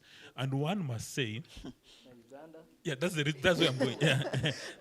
that is where I'm going. And I'm saying one must say that the arrest of Dr. Kiza Besije, in my view, that is a stain on Kenya's reputation, because that was really, in my view, it was unacceptable. And also during the demonstration, during the Gen Z demonstration, you had a number of, not necessarily bloggers or journalists, but Kenyan citizens expressing their views, others very extreme, others not very extreme, but a few were abducted. Again, that is a strain. Now, the reason why there is a bit of restraint is, for majority of the Gen Z were told that whatever you place on social media is permanent evidence, and it will be used against you, not necessarily by Kenyan authorities, but all over the world. Understand today, if you're applying for a visa and you want to go to the US, they will go through your social media accounts and find out what you've posted. Yeah. You've posted nasty things, you are unlikely to get a visa. Understand Mr. Trump is very vicious. A few days ago, I contributed to an article from a German agency where he said the Middle East crisis has been caused by none other than Mr. Donald Trump. But guess what? Presidents all over the world, including majority of Africa, fear calling a spade because of the consequences. So when people read my article, they told me this much, it appears like you're not interested in going to the US, at least not in the next 3 years. Because they do a Google search, they'll ban me. Now, it's the same thing which happens in Kenya. We have this thing called devolution, where we have 47 county governments. It's been recorded by the Media Council of Kenya that in fact some governors have become dictators, they've become bullies. They intimidate journalists based within the counties. If you do a negative story, there's a very high chance that the governor will kick you out of their news conference, and they may even send goods to come and say, wewe, tunajua mahali penye unakaa. So then, people develop fear. Sometimes when Kenyan media are covering events, you get some bad elements from the security sector, taking up their cameras and then giving them a beating. So it also happened. And also a few days ago at a presidential function, on that particular day, Standard had done a headline which was considered to be very nasty. So it was a presidential function, and when the journalists were getting in, they were told, we did not invite you. So they were kept at bay. Okay. Now they had to rely on the president's feed. And when you're talking about bloggers and journalists, there is really a thin line. Okay. But Kenyans have known that because the journalists work under certain legal framework, under certain regulatory framework, and they've got a reputation to protect, and also there's a system of control. So more often than not, even if you pick news from a blogger, you can't take that content to the bank till you've seen it from an established media house or from a journalist who worked in an established media house, because there's a good number of bloggers who are no more than special purpose vehicles. They can be used as a mouthpiece for so many people. So you trust majority of the bloggers at your own peril. Okay, thank you. Can you pass the mic to Dotto? So Dotto, you've heard what Mr. Dismas here has said. Now in Tanzania, we have had a lot of bloggers over the past few years, like so many of them, and they are followed by a lot of people. We used to have Kigogo back in the days, in the Magufuli eras, and now we have Kitenge updates, Nesto Shayo. Some of them I don't even know their names. Some of them are beauty queens, and now they're bloggers, and they write stories, which is interesting, and they do have followers. Yeah, big followers. So in Tanzania, we have the Journalist Accreditation Board, which our colleague, Dr. Egbert Mkoko, is also a member. Where's Mkoko? Where is he? He's hiding, eh? Oh, there he is. See, he's responsible.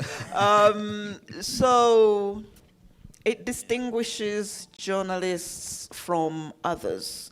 But does that help? Because the digital space is there and the bloggers are still there. Does that help the normal person to actually know the difference? Well, and it's better that we have Mkoko here, who is a member of the board of the Journalists Accreditation Board. Well, to some extent, it helps, but still people are not so much, so to speak, not so much satisfied when it comes to actually doing the assessment whether all these mechanisms are actually useful. For instance, you find the content that comes out. You find all this kind of online, television and all that doing their work, but still on the pages of individuals, you'll find concerns of people. Okay. They feel like some of their issues are not taken in a way that they would want them to be taken. Okay. Concerns of people, issues to do with their well-being and all that. So that's one that you find in some ways people try to show how they are not satisfied with the work, not only of the media, but also even the work of these people. You call them bloggers, you call them activists online.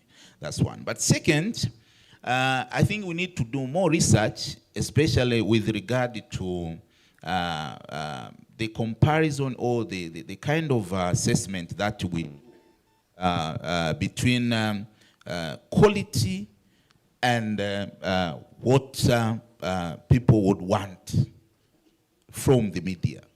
Because at some point we actually say there are problems with quality, and that's why we have issues with the Journalists Accreditation Board, thinking that the government actually thought having this board may actually be a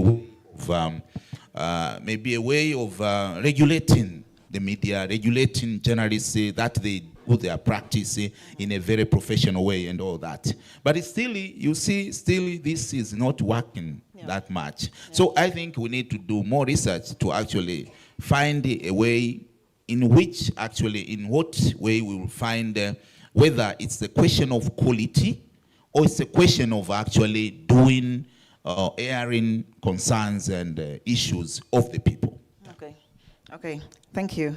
Madam Elva, you have a mic? Okay, there we go. So in Rwanda, do you have this issue as well, where the digital space has been invaded by people who are not professional journalists, and people actually tend to trust them more than professional journalists? Oh yes, that's very problematic.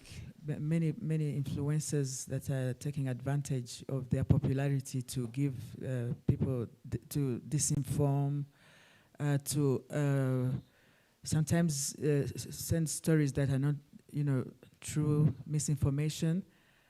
I remember one time when I was traveling to Rwanda, I was watching a YouTube channel. It was, I think the military were doing a training at the airport, and this particular person was showing that the airport, at the international airport, has been invaded. He used the same images that were being, broadcast about the training, security training. So he used the same images on YouTube to disinform people that there's an ongoing attack. So there's a lot that is being done, especially with the Rwanda Investigation Bureau, when it comes to what they're doing now is regulating. There's media regulation, and I think that's very important that people have media literacy. They know who to trust. So sometimes when you teach journalism students, they're like, do we even need to take journalism since we have people who are so much in the media and they influence the public? So we need to, set boundaries. We need to train journalists. They need to know who to go to. We need to also inform, to have media literacy among the public so they know who to trust. So that's a very big problem. Okay, great. Is this a problem in Uganda as well, despite everything? Yeah, it is a problem everywhere. We, as a matter of fact, actually, Dr. Sarah here and I are on a project funded by the Daimler-Benz Foundation. We actually brought our poster. We thought there would be, in this conference, a poster presentation. So if you are interested in this project, please, during free time, you can speak to us on disinformation and misinformation and malinformation and fake news and all these things. Vehicled, yes, as you rightly pointed out, on social media, by social media influencers. But the very interesting thing, and I love what Elva is saying here and my colleagues, is the ability by the media, what we call data journalism or whatever you may want to call it, to verify the information put out by social media influencers. And you're smiling, you're laughing. At that time, yeah. To verify the information, and the audience says yes, they will see something in social media, and they know that yes, has it appeared on NBS TV or NTV or on the networks in Tanzania. Yes, the people now know that, okay, I've seen this on social media, but has it appeared in the mainstream legacy media, especially on TV and radio? And I find that very interesting. And it gives me faith as a professor who teaches journalists that we still have a role and we are still valued. Thank you very much. Thank you. So, Madam, hatujamaliza, sit down. Yeah. This is before the tea gets cold. This is just one round of questions to each of you. We only have 1 minute, and so I just want to ask. You could just respond yes or no. Okay, freedom of expression, Madam. They say freedom of expression. Do we believe that actual journalism, the media being the fourth estate, is still valid within this digital era and could still be valid for the years to come? This is a question to all of you, and then we'll go for tea. Yes. Where's my microphone? Oh, he just said yes. No freedom of expression? No, you don't want to talk more? Yes, because, okay. No, yes, I strongly believe, I think what I've just said, that our role as journalism is still very important. These are tools, and the tools will always change. Artificial intelligence is there, but we need to adapt as the media, and our role will always remain. Okay, thank you. Elva? Yes, I believe it's still valid and important, but we need also to understand that the influencers also have a big role, and they need to be regulated as well. Okay. Yes or no? No, I just wanted to make a point that, again, the challenge we have in Kenya is there are some powerful political personalities like President Ruto and other bloggers have got a larger social media following than established media houses. It means they can pass their message unfiltered. And because I used to be a journalist who is not trained, in my view, I think what professor must do is ensure that the journalist answered the so what question. Because, for instance, right now, there's a function going on, a state function, and everybody is following. Now, one would expect that your graduates will answer the so what question. Because if you tell us it's rained in Limuru, all of us can see the rain. Now give us the answer, the so what. If you answer the so what, then you'll be dancing to the bank and you can't go to the basement. Yeah, yes, because strongly, still the audience, like everyone, be it the audience, citizens, even those in the authority, they will just want this kind of media because of the hunger or thirsty for truth, verification. You know, like so, we will still need this kind of media for many years to come. Yes. Okay, I would like to thank you all. And on that note, I would also like to say, one journalist actually told me recently when I was interviewing them last week that in Africa, the issue that has been with us is that we have just been late in everything. We're talking about the African media. The internet came, okay, that's Tanzanian Swahili. I don't know how to translate that. Maybe Doto can help me. Okay. Kulegalega, nyuma nyuma, tunasubiri, instead of actually adapting quickly. And now that even AI has come, we're like, let's see what would happen. And so the advice for him was that we need to actually be ahead, integrate these things. And as media scholars, practitioners, analysts, we need to remind each other of that every single day, and that way, then the African media could thrive. That being said, thank you so much for agreeing to join my panel. Madam, thank you. Thank you, Madam Chair. Thank you, Dr. Leah. The panelists are already telling her she's a wonderful host. So I think, and we can all confirm, this conversation could have gone on and on and on and on and on. Very interesting perspectives. We really appreciate that you've taken time to just give us all those enriching worldviews concerning our different countries. I think the Kenyans in here, we are willing to host our Ugandan brothers and sisters for benchmarking. But even us, we are at, sorry?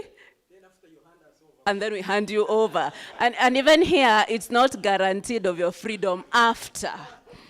But interesting dynamics right there, but a space worth watching, especially for us as we go towards the elections in the coming year. Great, thank you very much, Dr. Leah. See why I said 20 minutes, because I knew if I said 40, it would still go to 80 minutes.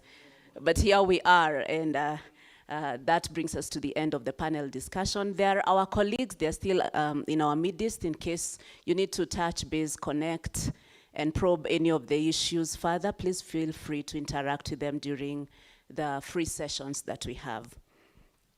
I'm now just going to make a few reminders. Just feel free to sit there because we are going for tea shortly. Yeah, just sit there. Keep me warm here. Just a few announcements as we go to our breakout sessions, to just say that this brings us to the end of the plenary session. As you can see, we are running late. Not so late, but we are running late. We will go for tea. It is served out here as it was yesterday. After that, we'll go to our breakout rooms. Yesterday, there was an email requesting us to join the WhatsApp group. Please do so, because that is where the information is being posted. The breakout rooms are posted there. If you've not yet joined, do so that you can locate your room in good time. For the delegates who are yet to pay their registration fees, please do so before you proceed to your room, as your meal cards will be issued in that regard. We also would like to invite you to view the innovations that have been displayed by our students outside, and they are happy when you become their guests, because again, it just encourages them to be creative and innovative and exercise praxis, just apply theory to practice and innovate products and services that are going to be of use to our societies. The other one is to remind you about the excursion in the afternoon, the Keireta Forest, not too far from here. Limuru is rich in some way. Yesterday we were told it's the Europe of Kenya. Today you have confirmed, I am sure. Good winter for today. Then we've also been reminded by Vundi that it is the home of the giant who? The scholarly giant, Ngugi wa Thiong'o. It's also home to one of the oldest institutions, St. Paul's University, which is over 120 years old.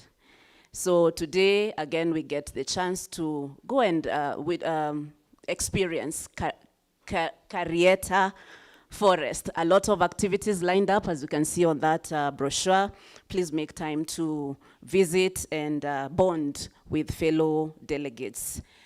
That will cost us 1,000 shillings per person. As I finish, I'd just like to recognize and appreciate our sponsors, who include Cooperative Bank, National Bank of Kenya, Family Bank, the NCBA Bank, Kenya Power, and Red Hill Pharmaceuticals. Let's give them a round of applause. And as we finish, please let's again clap really hard and warmly for all the participants that have colored our morning session.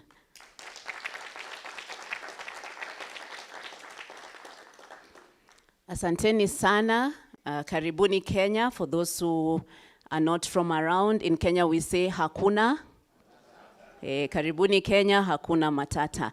So let's move with the program as indicated, and let's watch out for further communication in the WhatsApp group. Thank you very much. Before we go, a quick prayer for tea. Chaplain is still here. Please pray for our tea as we go. Just a minute, panelists. Just a minute. Prayers for tea as we go. Let's thank God for a cup of tea. Father, we thank you for the wonderful session that you have given us, dear Heavenly Father. And now as we break for tea, we pray that you may bless it as we receive it. Most so, Lord, we pray that you may bless our souls too. In Jesus' name we pray. Amen. Thank you.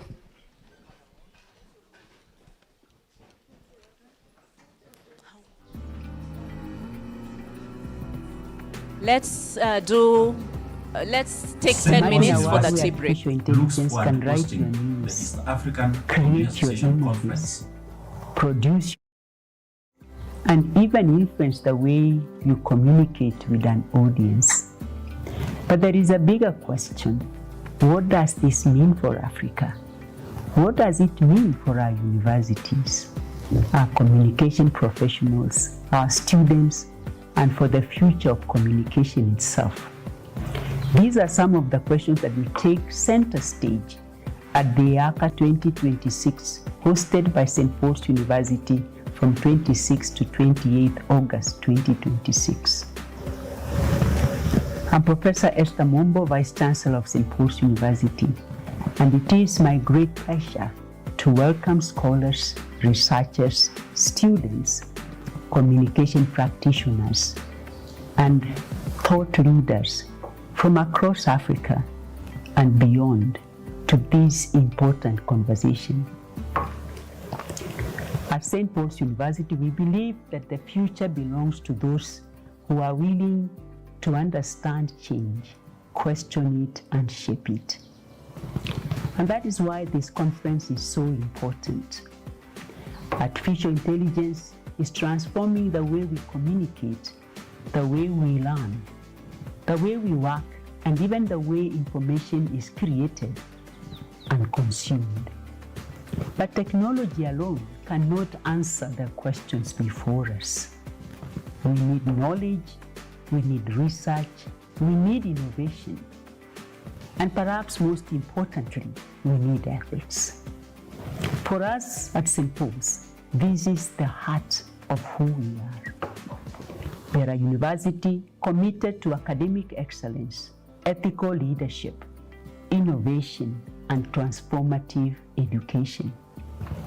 We prepare students not simply to participate in a changing world, but to lead and shape that world.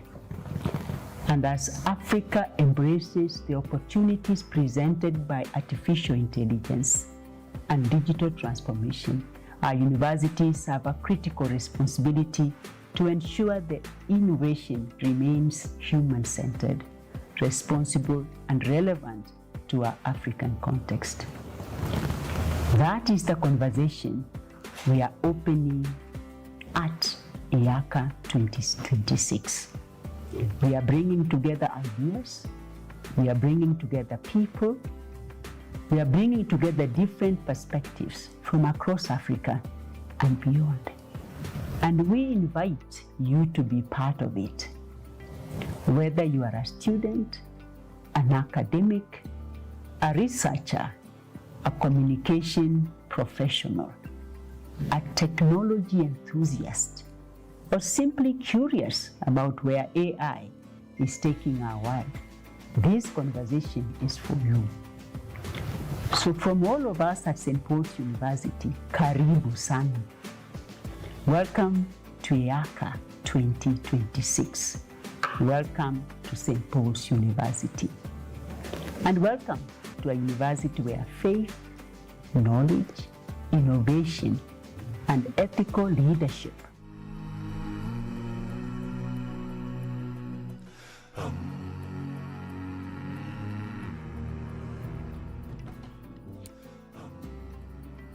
Imagine a world where artificial intelligence can write your news, create your images, produce your videos, and even influence the way you communicate with an audience.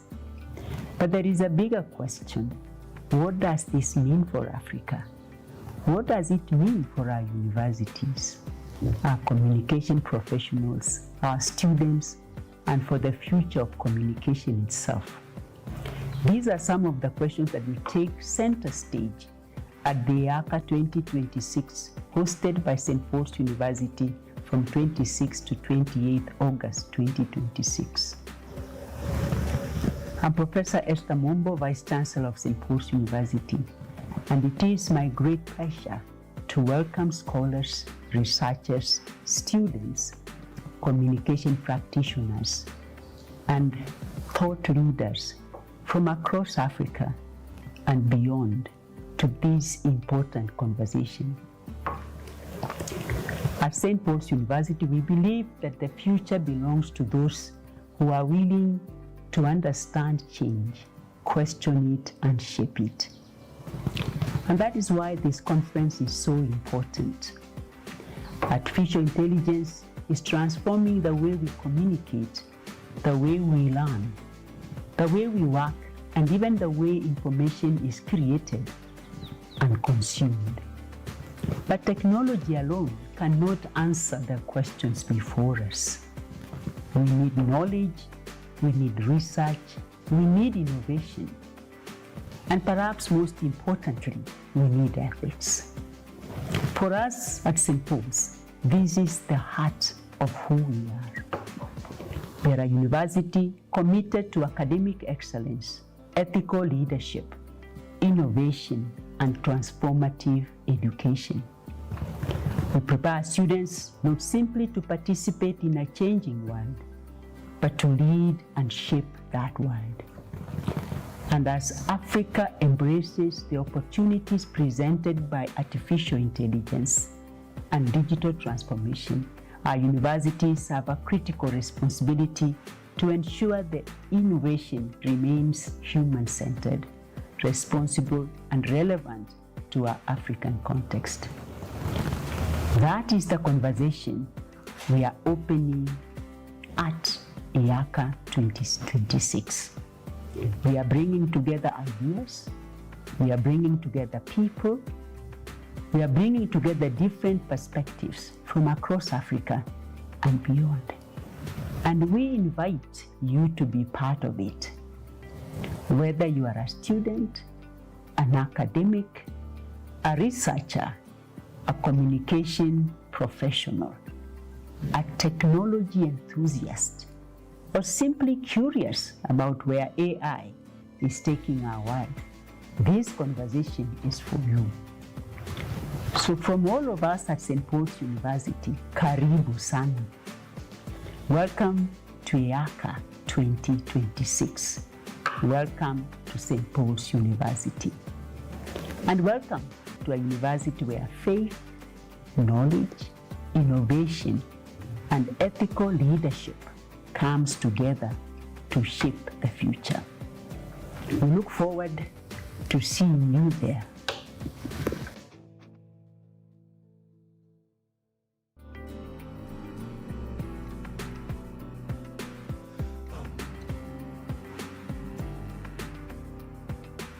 Guess what's coming up? From the 26th to the 28th of August, we are gathering together at St. Paul's University, your university of choice.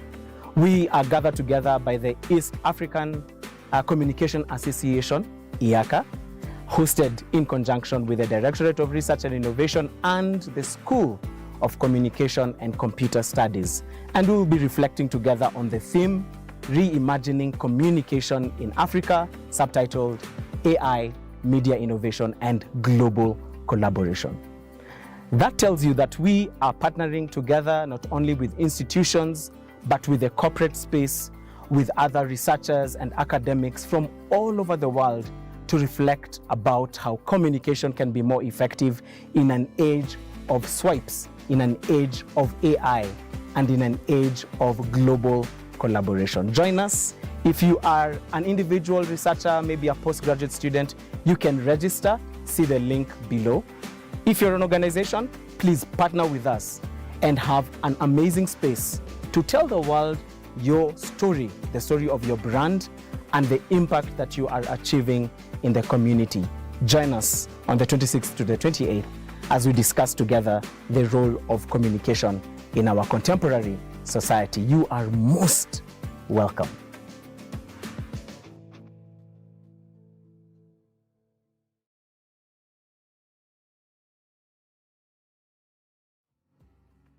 St. Paul's University looks forward to hosting the East African Community Association Conference 2026.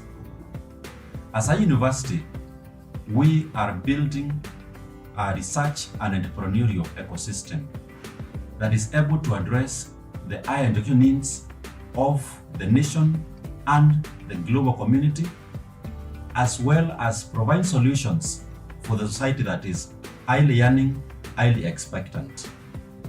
And to do this, we are bringing together communities across every sector, policymakers, researchers, scholars, students, the general industry, as we gather together to reimagine communication in a highly disruptive environment. Or we are talking artificial intelligence and the emerging technologies, changes in the curriculum. In Kenya, we are talking about the competency-based education, and we can feel that is what the world is looking for. And of course, rapid internationalization and globalization. And so the East African Communication Association Conference is a wonderful opportunity for us to gather together and build our research and entrepreneurial muscle to be able to produce social, economic impact, sustainable development for a sustainable society. This conference, which takes place on the 26th to 28th of August 2026, brings together more than 200 research papers, more than 180 institutions, more than 14 countries in Africa and the rest of the world. It will be such an opportunity to network, to share our minds, to share our research outputs, outcomes and impacts, as well as to reimagine together communicating research, entrepreneurship, innovation in a highly disruptive season. We as a university are ready to host the conference. We are waiting with great anticipation to see the members of the East African community, of the African continent, and the rest of the world as we gather together for our annual East African Community Association Conference, where we will be together reimagining communication in a highly disruptive environment. Friends, we look forward to host you. Welcome to St. Paul's University. 26th to 28th of August 2026 is our opportunity. Let's seize it. Let's gather together to shape higher education, to shape policy, and to produce solutions that impact the society around us as we look forward to sustainable solutions for a sustainable society. Welcome to St. Paul's University, EACA Conference 2026.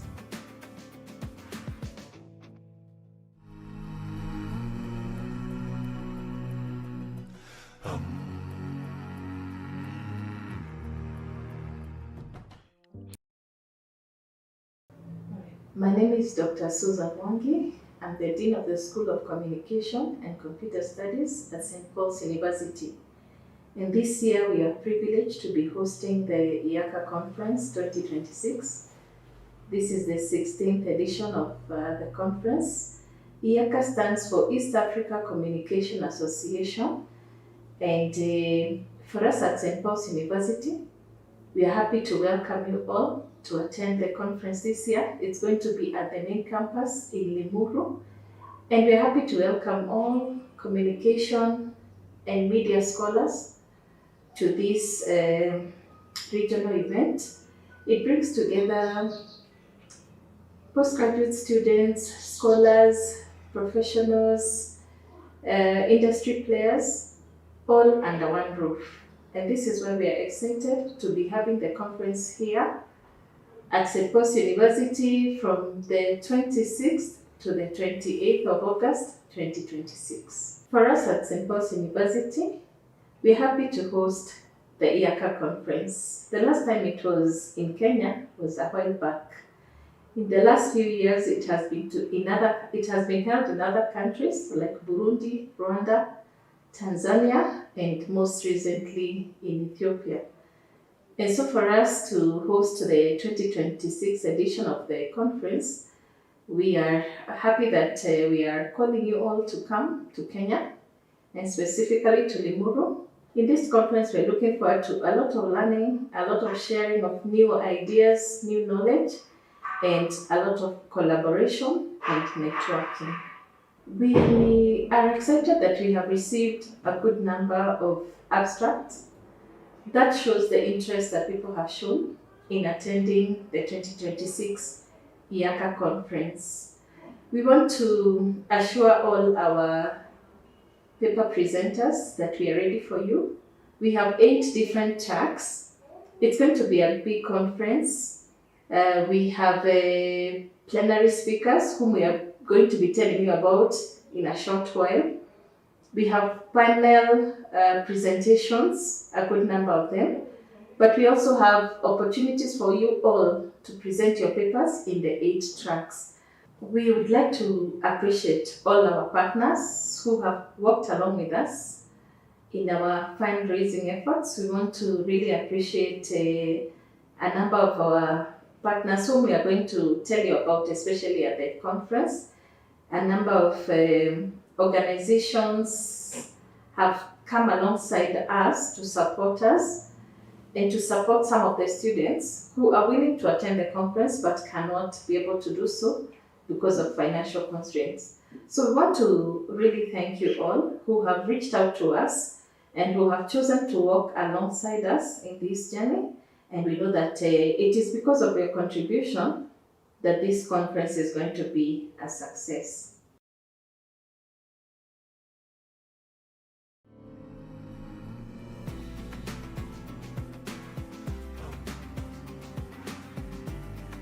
My name is Professor Abraham Waithima, the Deputy Vice Chancellor, Academic Affairs of St. Paul's University. I am here to welcome you to our annual conference.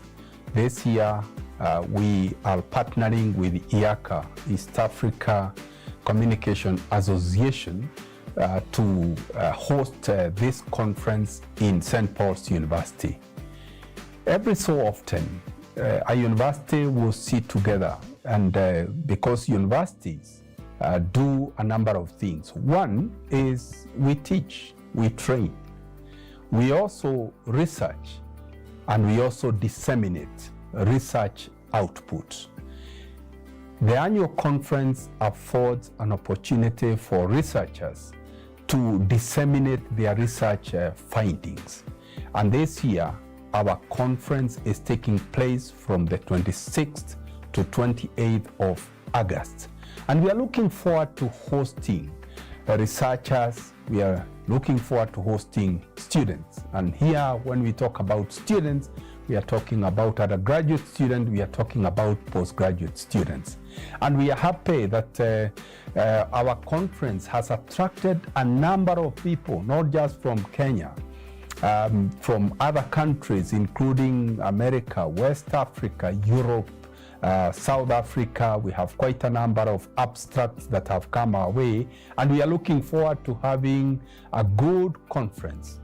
Let me promise that after this conference, we'll have an issue in which then those papers that meet the criteria, we'll put them in a journal and we'll disseminate these findings. And so it's our joy to host everyone. You are all welcome to join us on 26th as we open the conference and wish you good discussions. I'm sure there is something to learn, especially on issues to do with communication, issues to do with digital transformation, artificial intelligence. That's where we are laying our emphasis for this year. And so we welcome you to St. Paul's University to partner with us as we hold this conference. Karibuni sana.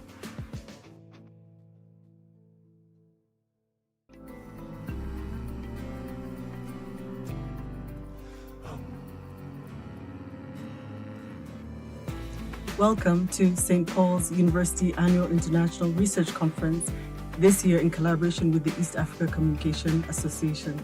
I am Dr. Okaiko Jambo, HOD Communication, Nairobi Campus. This year, we welcome you to our annual conference where we will have conversations around AI and the role of AI in communication. We'll also be looking at how these new ways of communication have impacted the industry of communication through research, as well as the media, as well as health, religion, development, and many other factors. We look forward to seeing you there. Imagine waking up every day excited to learn in a place that truly feels like home. At St. Paul's University, we don't just teach, we transform futures. With advanced technology, smart classrooms, you'll master real-world skills employers fight for. Choose from our outstanding schools: business and leadership, health sciences, communication and computer studies, education and social sciences, and the School of Theology, all delivered with excellence and inspiration. Picture vibrant student life with friendships, clubs, sports, and spiritual growth across our beautiful campuses in Limuru, Nairobi, Nakuru, and the virtual campus, as well as our TVET Institute. This is where leaders are built. This is where your success story begins. Are you ready to join the University of Choice? The September intake is now open. Visit www.spu.ac.ke or call our toll-free number 080-072-3000. St. Paul's University.